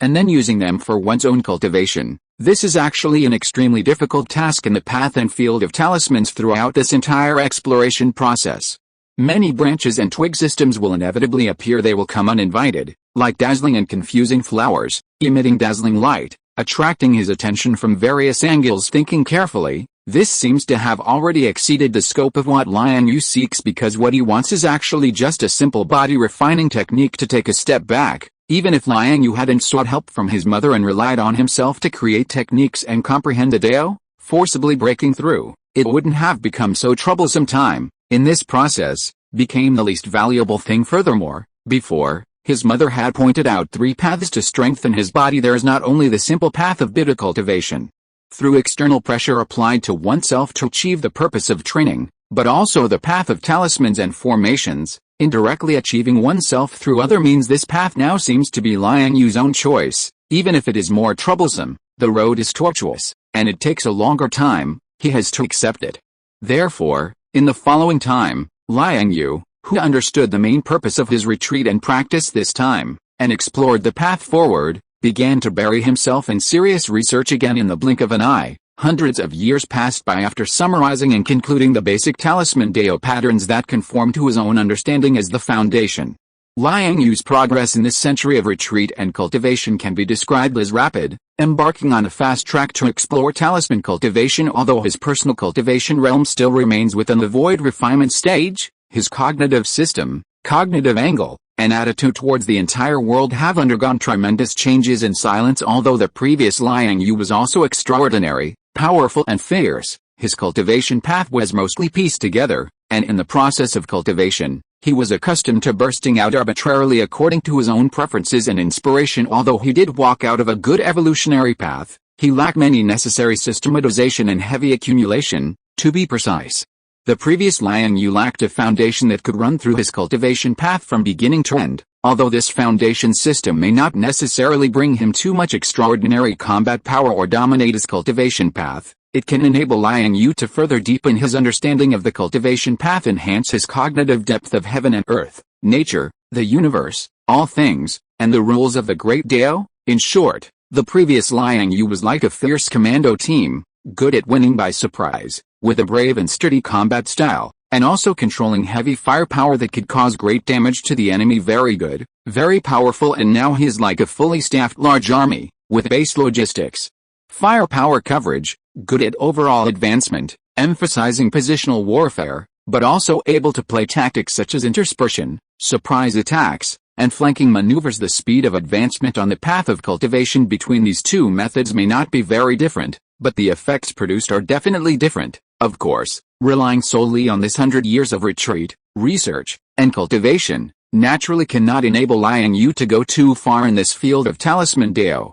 At this time, he is still on the road, and Liang Yue's current realm has probably been promoted from the previous initial glimpse to the stage of entering the hall. Specifically, Liang Yue's current stage of cultivation of the talisman Dao probably still remains in the later stage of imitating nature. He can conduct all-round simulation applications of various specific phenomena in the current natural world, such as wind, frost, rain, snow, thunder, fire, magma, earthquakes, and tsunamis. On the basis of this, some variant subdivisions and developments, such as various attribute attack techniques, shields, escape techniques, etc., are also within his research scope for some phenomena that clearly exist in the natural world but have relatively vague manifestations, such as fluctuations, magnetism, and space. There are also some relatively good applications. In short, Liang Yue's exploration and use of those basic Dao patterns has advanced all the way from the stage of a single talisman, simple interspersion, combination, and superposition of multiple talismans, to the field of compounding and integrating different talisman Dao patterns in some more proficient areas, such as the field of special rules learned from the Mage Sanctuary, the field of power derived from the Power Stone, and his own ability to manipulate gravity due to the needs of the purple gold gourd and the existence of the heavenly rock dwelling. The field of earth law is more in depth due to his own cultivation Dao fruit and the gradual promotion of the thunder firewood little tree. The gradually deduced field of life, etc., also has some extra, more profound understanding. However, it is still somewhat lacking from Liang Yue's true purpose of entering this talisman Dao, imitating all things in the world. To be precise, it is still somewhat lacking from the level of imitating the power of bloodlines on those powerful species and then returning them to oneself from the perspective of talisman Dao. The structure, delicacy, and complexity of the human body and living organisms are far higher than natural phenomena such as frost, rain, and snow. The difficulty of imitation is no longer on the same order of magnitude. Fortunately, Liang Yue is not far from this stage. If he has to cross this stage and forcibly impact the level of living organisms, that is, the stage of imitating all things, he should be able to achieve some good results in a short period of time. However, Liang Yue is not eager for research in this area now. After all, this journey of time has just begun, and it has only been a mere 100 years. He still has time to slowly accumulate, advance, and launch an impact towards a higher level step by step. Chapter 797: The Sword Technique of Talisman. Compared to his own gains in the Dao of Talismans, Liang Yue, while constantly researching and tackling problems, achieved fruitful results and also became aware of many drawbacks on this path. Among them, the most significant drawback of the Dao of Talismans is that it's too complex. It almost involves everything in the world, all aspects of natural evolution, in countless forms, encompassing almost everything. This isn't just about studying one or thousands of talismans, but about researching an entire cultivation system. Liang Yue, at his current stage, obviously can't shoulder this level of creation, and he doesn't have the intention to complete such a feat for the time being. Therefore, after deducing and researching the Dao of Talismans to the stage of simulating various phenomena between heaven and earth, he logically abandons some of the content. His principle for further selecting research directions is naturally to prioritize himself, based on his own actual situation, needs, and preferences. For example, during his DC multiverse mission, Liang Yue once secluded himself to create a sword technique that contained multiple elemental powers in order to enrich the cultivation methods of his disciples in the martial arts branch. Unfortunately, due to the urgency of time, he didn't have enough time to perfect this sword technique when he returned to the Flowing Cloud sect through the dimensional gate of the DC public world. Although the cultivation method of this sword technique was still there, it wasn't very popular among his disciples. The reason for this was that the sword technique was a bit too difficult to cultivate, and later even involved the method of fusing multiple elemental sword energies in the Flowing Cloud sect. Back then, where the highest cultivation level was less than the foundation establishment stage, it was indeed a bit difficult. Disciples with low cultivation levels found it difficult to get started, and those with higher cultivation realms didn't really need to learn this sword technique completely because at that time, in the Chinese paranormal world, his Flowing Cloud sect already dominated, with almost no opponents. Moreover, after the establishment of the new dynasty, the entire China entered a long period of recuperation, with the entire society focusing on harmonious development. At that time, the Flowing Cloud sect was in a stage of being highly recognized by the higher-ups and fellow paranormal practitioners, and no one would come to cause trouble at the heavenly sect. Over time, sword technique-like techniques that focused on killing and injuring became somewhat useless. Even Liang Yue's direct disciples, at most, learned 2 or 3 attributes of the sword technique according to their own preferences, and put most of their energy into accumulating their own main cultivation techniques and cultivation realms. This attitude,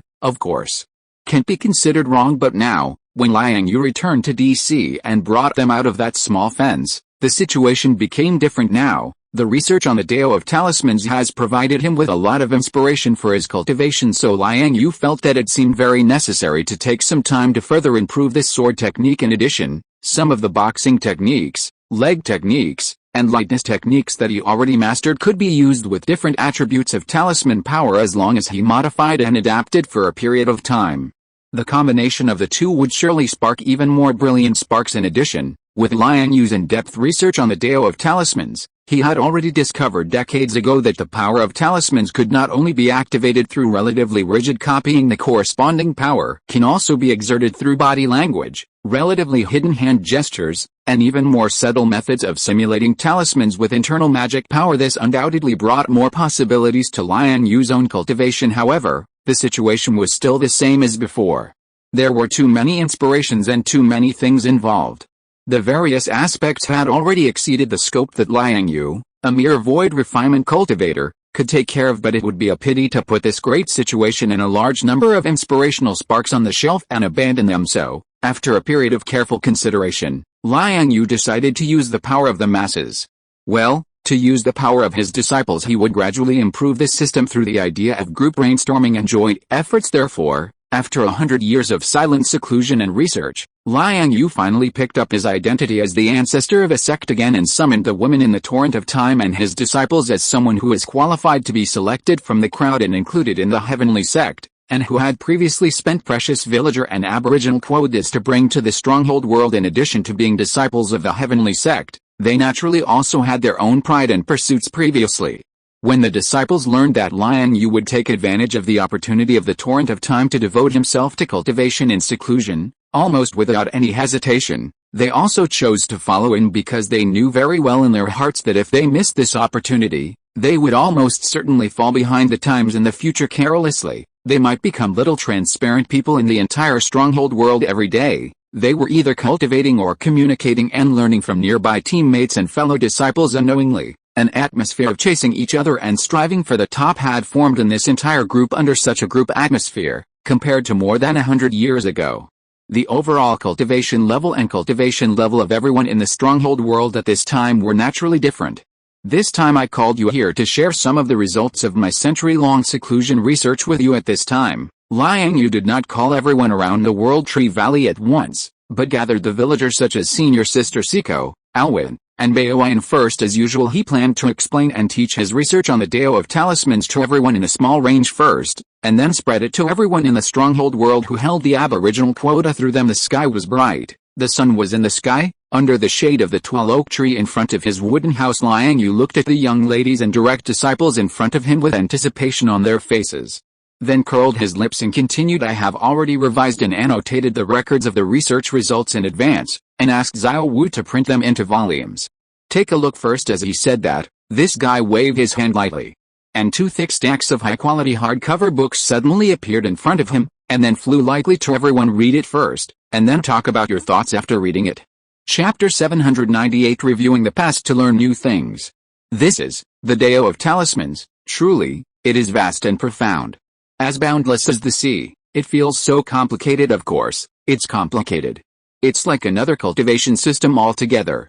It's inherently complex, almost touching upon every aspect of our cultivation. Indeed, though this disciple's cultivation is not high, I am particularly fond of refining artifacts.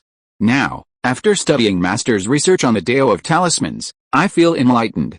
This art of talismans will surely be of great use to my artifact refining. If I could use this Tao of Talismans to cooperate and assist, the fist techniques, swordplay, footwork, internal energy, and even visualization methods that I have learned in the first half of my life will all benefit immensely. More than that, Master's secluded creation of this method has simplified the past talismans and Taoist symbols of our sect, discarding the false and preserving the true. The breadth of its benefit is akin to opening another branch within our heavenly sect, making the heavenly sex inheritance even more vast and boundless. Truly a great achievement that benefits countless generations. However, I just feel like something is missing from what's recorded in this book of talismans. Missing a main cultivation technique. It doesn't seem quite right either in this disciple's opinion. The main cultivation technique of this Dao of Talismans should be based on visualization. Senior brother means that we should choose a path of Dao script to visualize and enter into the divine at the beginning of our studies, and then continuously refine it as a foundation. Using the mysteries of talismans to comprehend the Dao of nature, I think it's not necessarily to specialize in one talisman or one system of techniques. Did the master write it very clearly in this book? Many phenomena in this world are presented in composite forms. Combining several runes and merging them together also conforms to the Dao of nature, indeed, but we still need to proceed step by step, slowly. Enlightenment cannot be rushed. I think that when necessary, we can borrow methods from the path of artifact refining. First, we can inscribe the power of talismans onto magical artifacts and treasures, interconnecting and intertwining them to condense corresponding magical powers. Then, after storing this treasure in the body, while adding a lot of power, we can also use it to comprehend the wonders of different talismans. This method is theoretically feasible, but it has already exceeded the scope of visualization. Among us, only junior brother is proficient in the Dao of artifact refining, so it seems that the responsibility of verification will fall on junior brother. Easy to say, I will naturally. 3 days passed quickly. After carefully reading the initial version of the Dao of talismans that Liang Yue had customized, for a time, everyone's thoughts flowed like a spring, and inspiration burst forth, and various ideas sprang up one after another. Unable to hold back, they began to speak freely and exchange ideas enthusiastically from noon to moonrise. They barely managed to express all the thoughts in their hearts. Seeing this, Liang Yue on the opposite side then spoke. You have all seen the content in this book.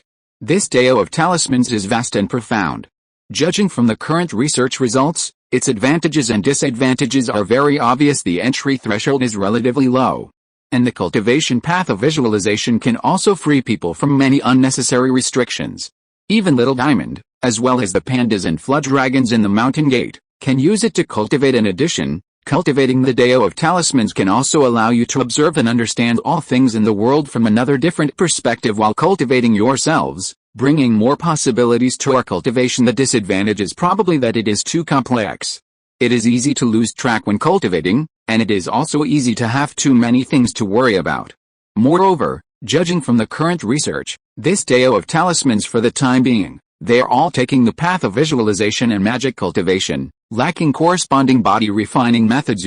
Most of you already have some foundation in cultivation, so this situation is not obvious, but for those new disciples, if they decide to specialize in this path will inevitably seem a little weak. Even Little Diamond, who was originally squatting on teacher Jinxiang's shoulder, and the void-piercing spirit butterfly, who was parked on the treetop, stopped their respective small movements, widened their eyes, and waited quietly for his explanation. I myself have only just researched the Dao of talismans for 100 years or so.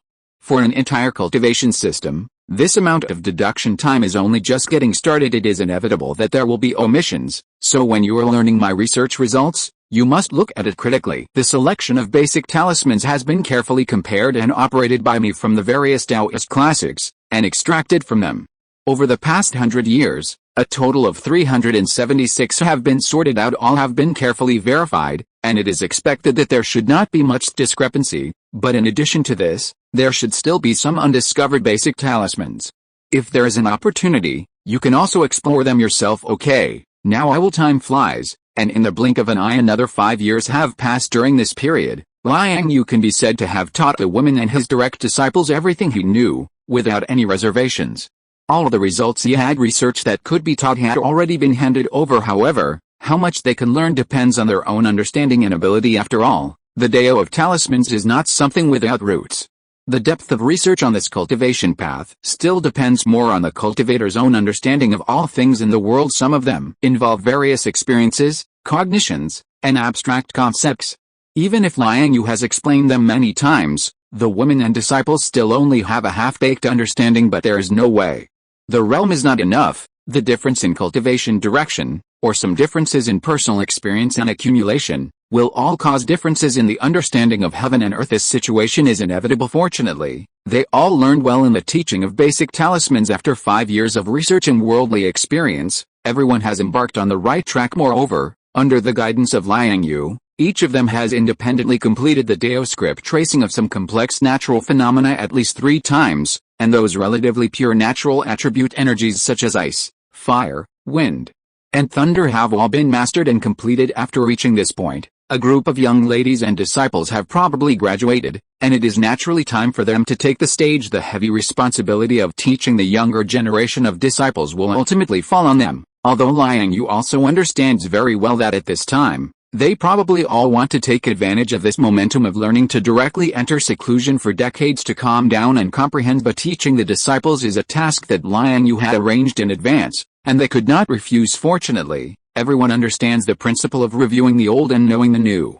The process of teaching new disciples is actually a process of consolidating and comprehending the laws of a brand new field. Through relearning existing knowledge and colliding with different perspectives between disciples, it is actually easier to catalyze new brilliance. Even Liang Yue himself has benefited a lot from the teaching in these 5 years. Watching the women and disciples around him grow up, he himself has gained a lot from it and found some new ideas that he had never thought of before. Chapter 799. Copy everything. Time flies, and another 200 years have quickly passed. During this time, Liang Yue has been diligently studying the Dao of talismans, making significant progress in his research. Furthermore, he is now attempting to inscribe his own cultivation Dao fruit in the form of talismanic Dao script. Simply put, it's like starting anew, constructing a small tree of thunder, fire, and wood outside his body through the superposition and fusion of various talismans. By using this method, while training and researching the Dao of talismans, he is also trying to observe the structure and potential form of his own Dao fruit from another perspective. The result is quite good. Although the talismanic tree he has reconstructed has only grown to the stage Liang Yue was at around the golden core stage, everything is developing normally, and at least there are no problems with stability. The power it can exert is also similar to his original thunder fire wood tree. If one had to find some differences between them, it would probably be that the small tree in Liang Yue's Danshan is a mechanism used to simulate the form of a tree demon to temper his own cultivation, and this small tree constructed from the power of talismans is more like a special magic treasure. Moreover, it is a magic treasure of the Yuan Shen Dharma cultivator type, not suitable for head-on confrontation. But it can directly communicate with the heavens and earth, conveniently releasing the power of corresponding spells. It's just that its form of existence is a bit incongruous. It's closer to the kind of primordial spirit tree born from the innate image of thunder firewood, but it is actually a man-made species. In addition to simulating his own cultivation Dao fruit for various observation experiments, during these 200 years, the genuine Dao fruit seed in Liang Yue's Danshan has finally matured as desired. The void around the Dao fruit seed is still open, connecting many different spaces and plane worlds. Heaven and earth spiritual energy of various attributes is constantly being drawn over, like a bottomless pit, and incorporated into the seed. However, Liang Yue's Dao fruit seed is finally no longer in the state of only absorbing and not releasing. While absorbing and transforming energy and matter from the void, it can now filter out a light purple gas, like the respiration of the seed. This gas itself is naturally harmless. Not only is it harmless, but its effect is also quite powerful, a powerful enhanced version of water vapor energy, containing powerful vitality and activity. After 100 years of continuous accumulation, this water vapor energy has now accumulated into a large, colorful ocean below the Dao fruit seed, submerging half of the seed in it, constantly nourishing it. However, although the Dao fruit seed is now fully mature, the entire seed has been conveying a desire to break out of its shell. But Liang Yue is not in a hurry towards the seed to sprout. After all, for him, who is now in the torrent of time, time is no longer an issue. Although his own cultivation has been tempered and formed over time, his physical body's strength still needs to be supplemented. At the same time, the matter of inscribing and observing the thunder firewood tree also marks that Liang Yue is now launching an impact from the stage of imitating nature to the more complex level of imitating all things. As a result, it was unexpectedly smooth after decades of observation and slight guidance. The existence of the small tree is stable and good. When releasing various powers, although it is slightly inferior to Liang Yue's genuine thunder firewood tree, it is still worthy of excellent performance. In addition, this small tree constructed from talismans also has its own advantages. For example, it can quickly absorb energy and matter from the surroundings to replenish its own consumption, produce water vapor energy, and also has good self-growth and evolution, without Liang Yue having to worry about it except for some key evolutionary directions that require his guidance. He has hardly worried about it in the past few decades. During the 200 years, Liang Yue's overall cultivation level, depth of understanding, and the scope of exploration and research in the field of talismans have naturally been greatly improved. However, most of these gains were achieved through hard work over time, complex and cumbersome, and there is not much to praise. The only thing worth mentioning is probably his research on the field of special laws, and the attempt to construct and display special abilities through the Dao of Talismans, which has made some good progress. Specifically, Liang Yue is now able to use the power of talismans to perform some special spells. For example, using the power of talismans to break through the void and open special passages between two places. The power of talismans exists widely in the heavens and myriad worlds. In terms of universality, it is much stronger than the opening spell of the Marvel Supreme Magic Temple. In order to better study the Dao of Talismans at the level of imitating all things, Liang Yue almost reduced his past cultivation process using the power of talismanic Dao script during this period. While checking for omissions and filing gaps, he can further understand the advantages and disadvantages of his own cultivation from the level and perspective of talismans. In the process, he can also increase his research experience on the Dao of Talismans. I have to say that although these 200 years have been very long, and Liang Yue's cultivation realm has hardly made any progress in the process, if we talk about gains, there are definitely not few. In short, he does not regret spending this time to rebuild his understanding of his own path of cultivation. Compared to Liang Yue, the others living around the World Tree Valley have naturally also gained something in these years. Perhaps, the existence of him, the patriarch, has unintentionally played a role model role. People like Siko Senpai, Alwyn, Hinata, and Baoyun, although they have also made a lot of progress in the 200 years, breaking through cultivation and advancing to a higher realm is no longer their primary pursuit. Constantly cultivating themselves through the practice of the Dao of Talismans, supplementing their own shortcomings in cultivation, accumulating background, and broadening the path of cultivation are their current goals. Of course, despite this group of villagers, who were originally at the top of the stronghold world and whose cultivation was far ahead of everyone else except Liang Yue, still successfully broke through the original restrictions and all advanced to the transformation god realm. In comparison, those who were later brought into the stronghold world by the women and a group of direct disciples were relatively one level behind in terms of cultivation. Moreover, during these 200 years, due to getting a long day and night and attracting each other, many of the disciples and indigenous people have married and given birth to children. These first batch of babies born in the stronghold world have now grown up and begun to practice under the guidance of their parents and surrounding teachers. Liang Yue has no other opinions on this batch of unexpectedly appearing younger generation,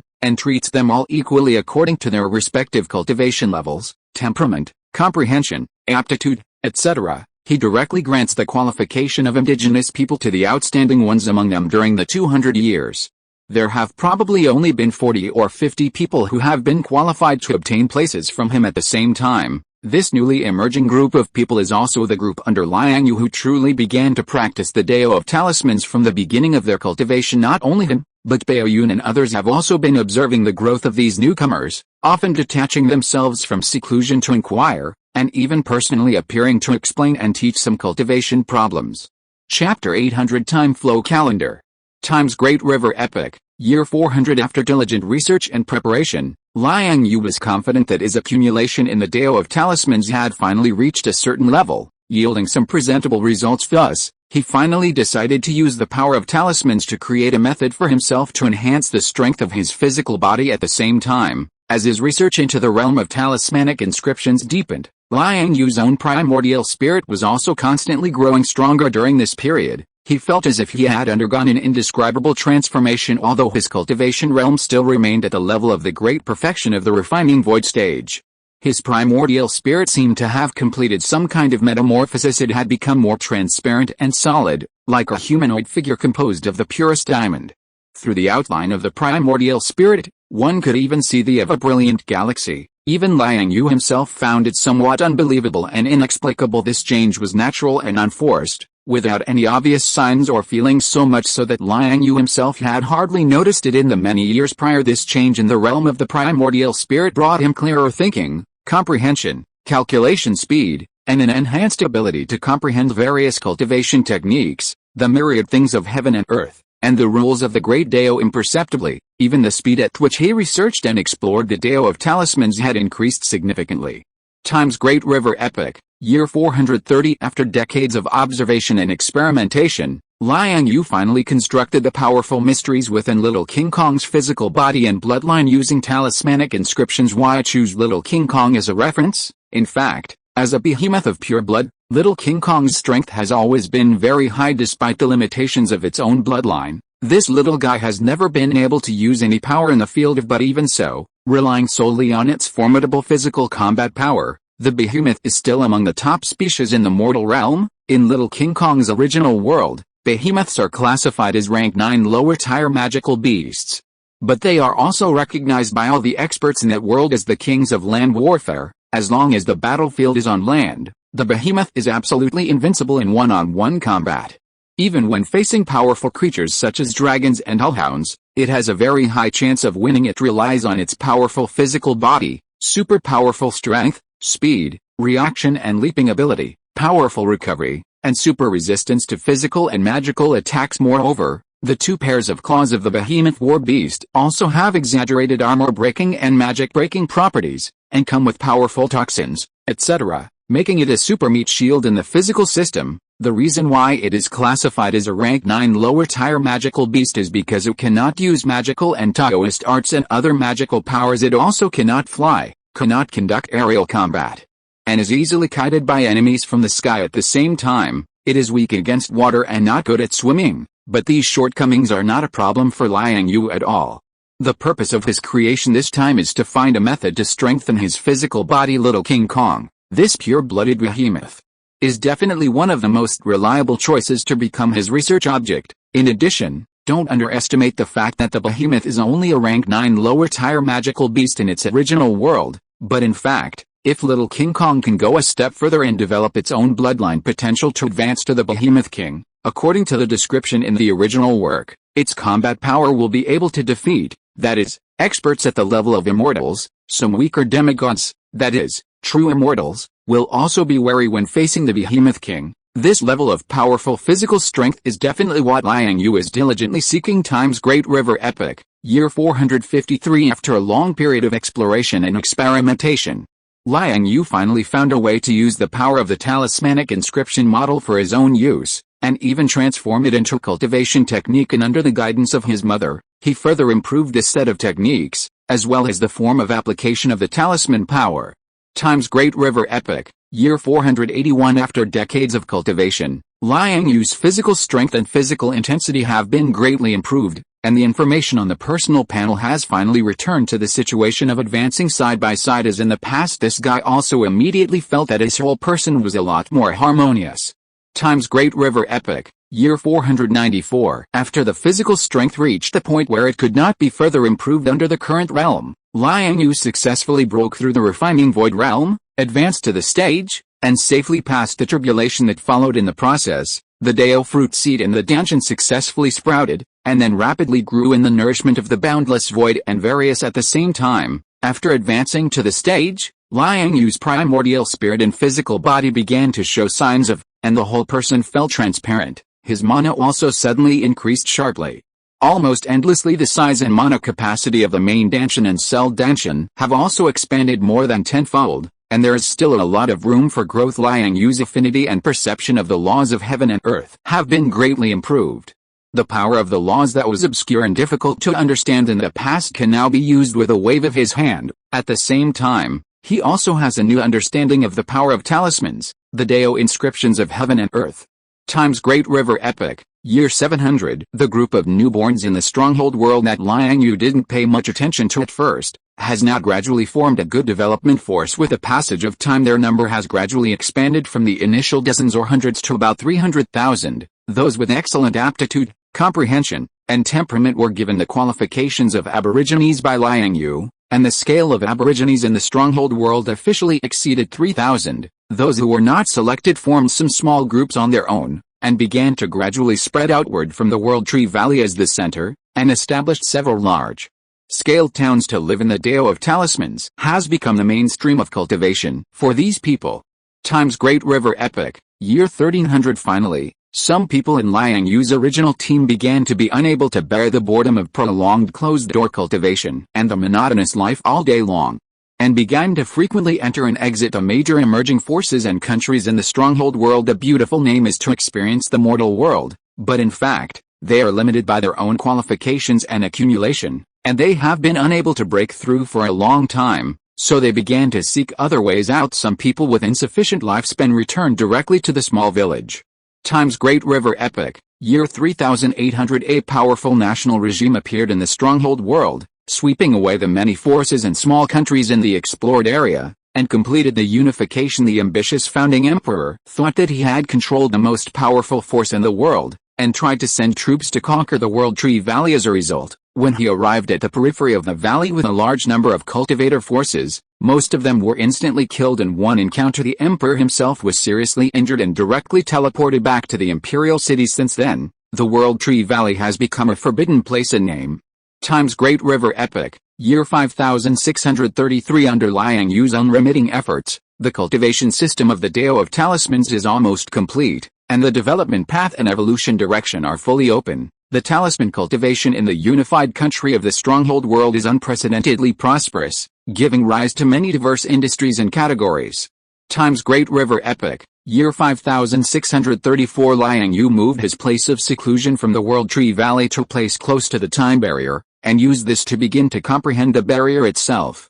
End of this chapter. Thank you so much for reading until the end. Don't forget to give it a like. Looking for more exclusive content and immediate access? Subscribe to our Patreon. Remember, every like, subscription or donation encourages us to continue. Thank you all. See you in the next video.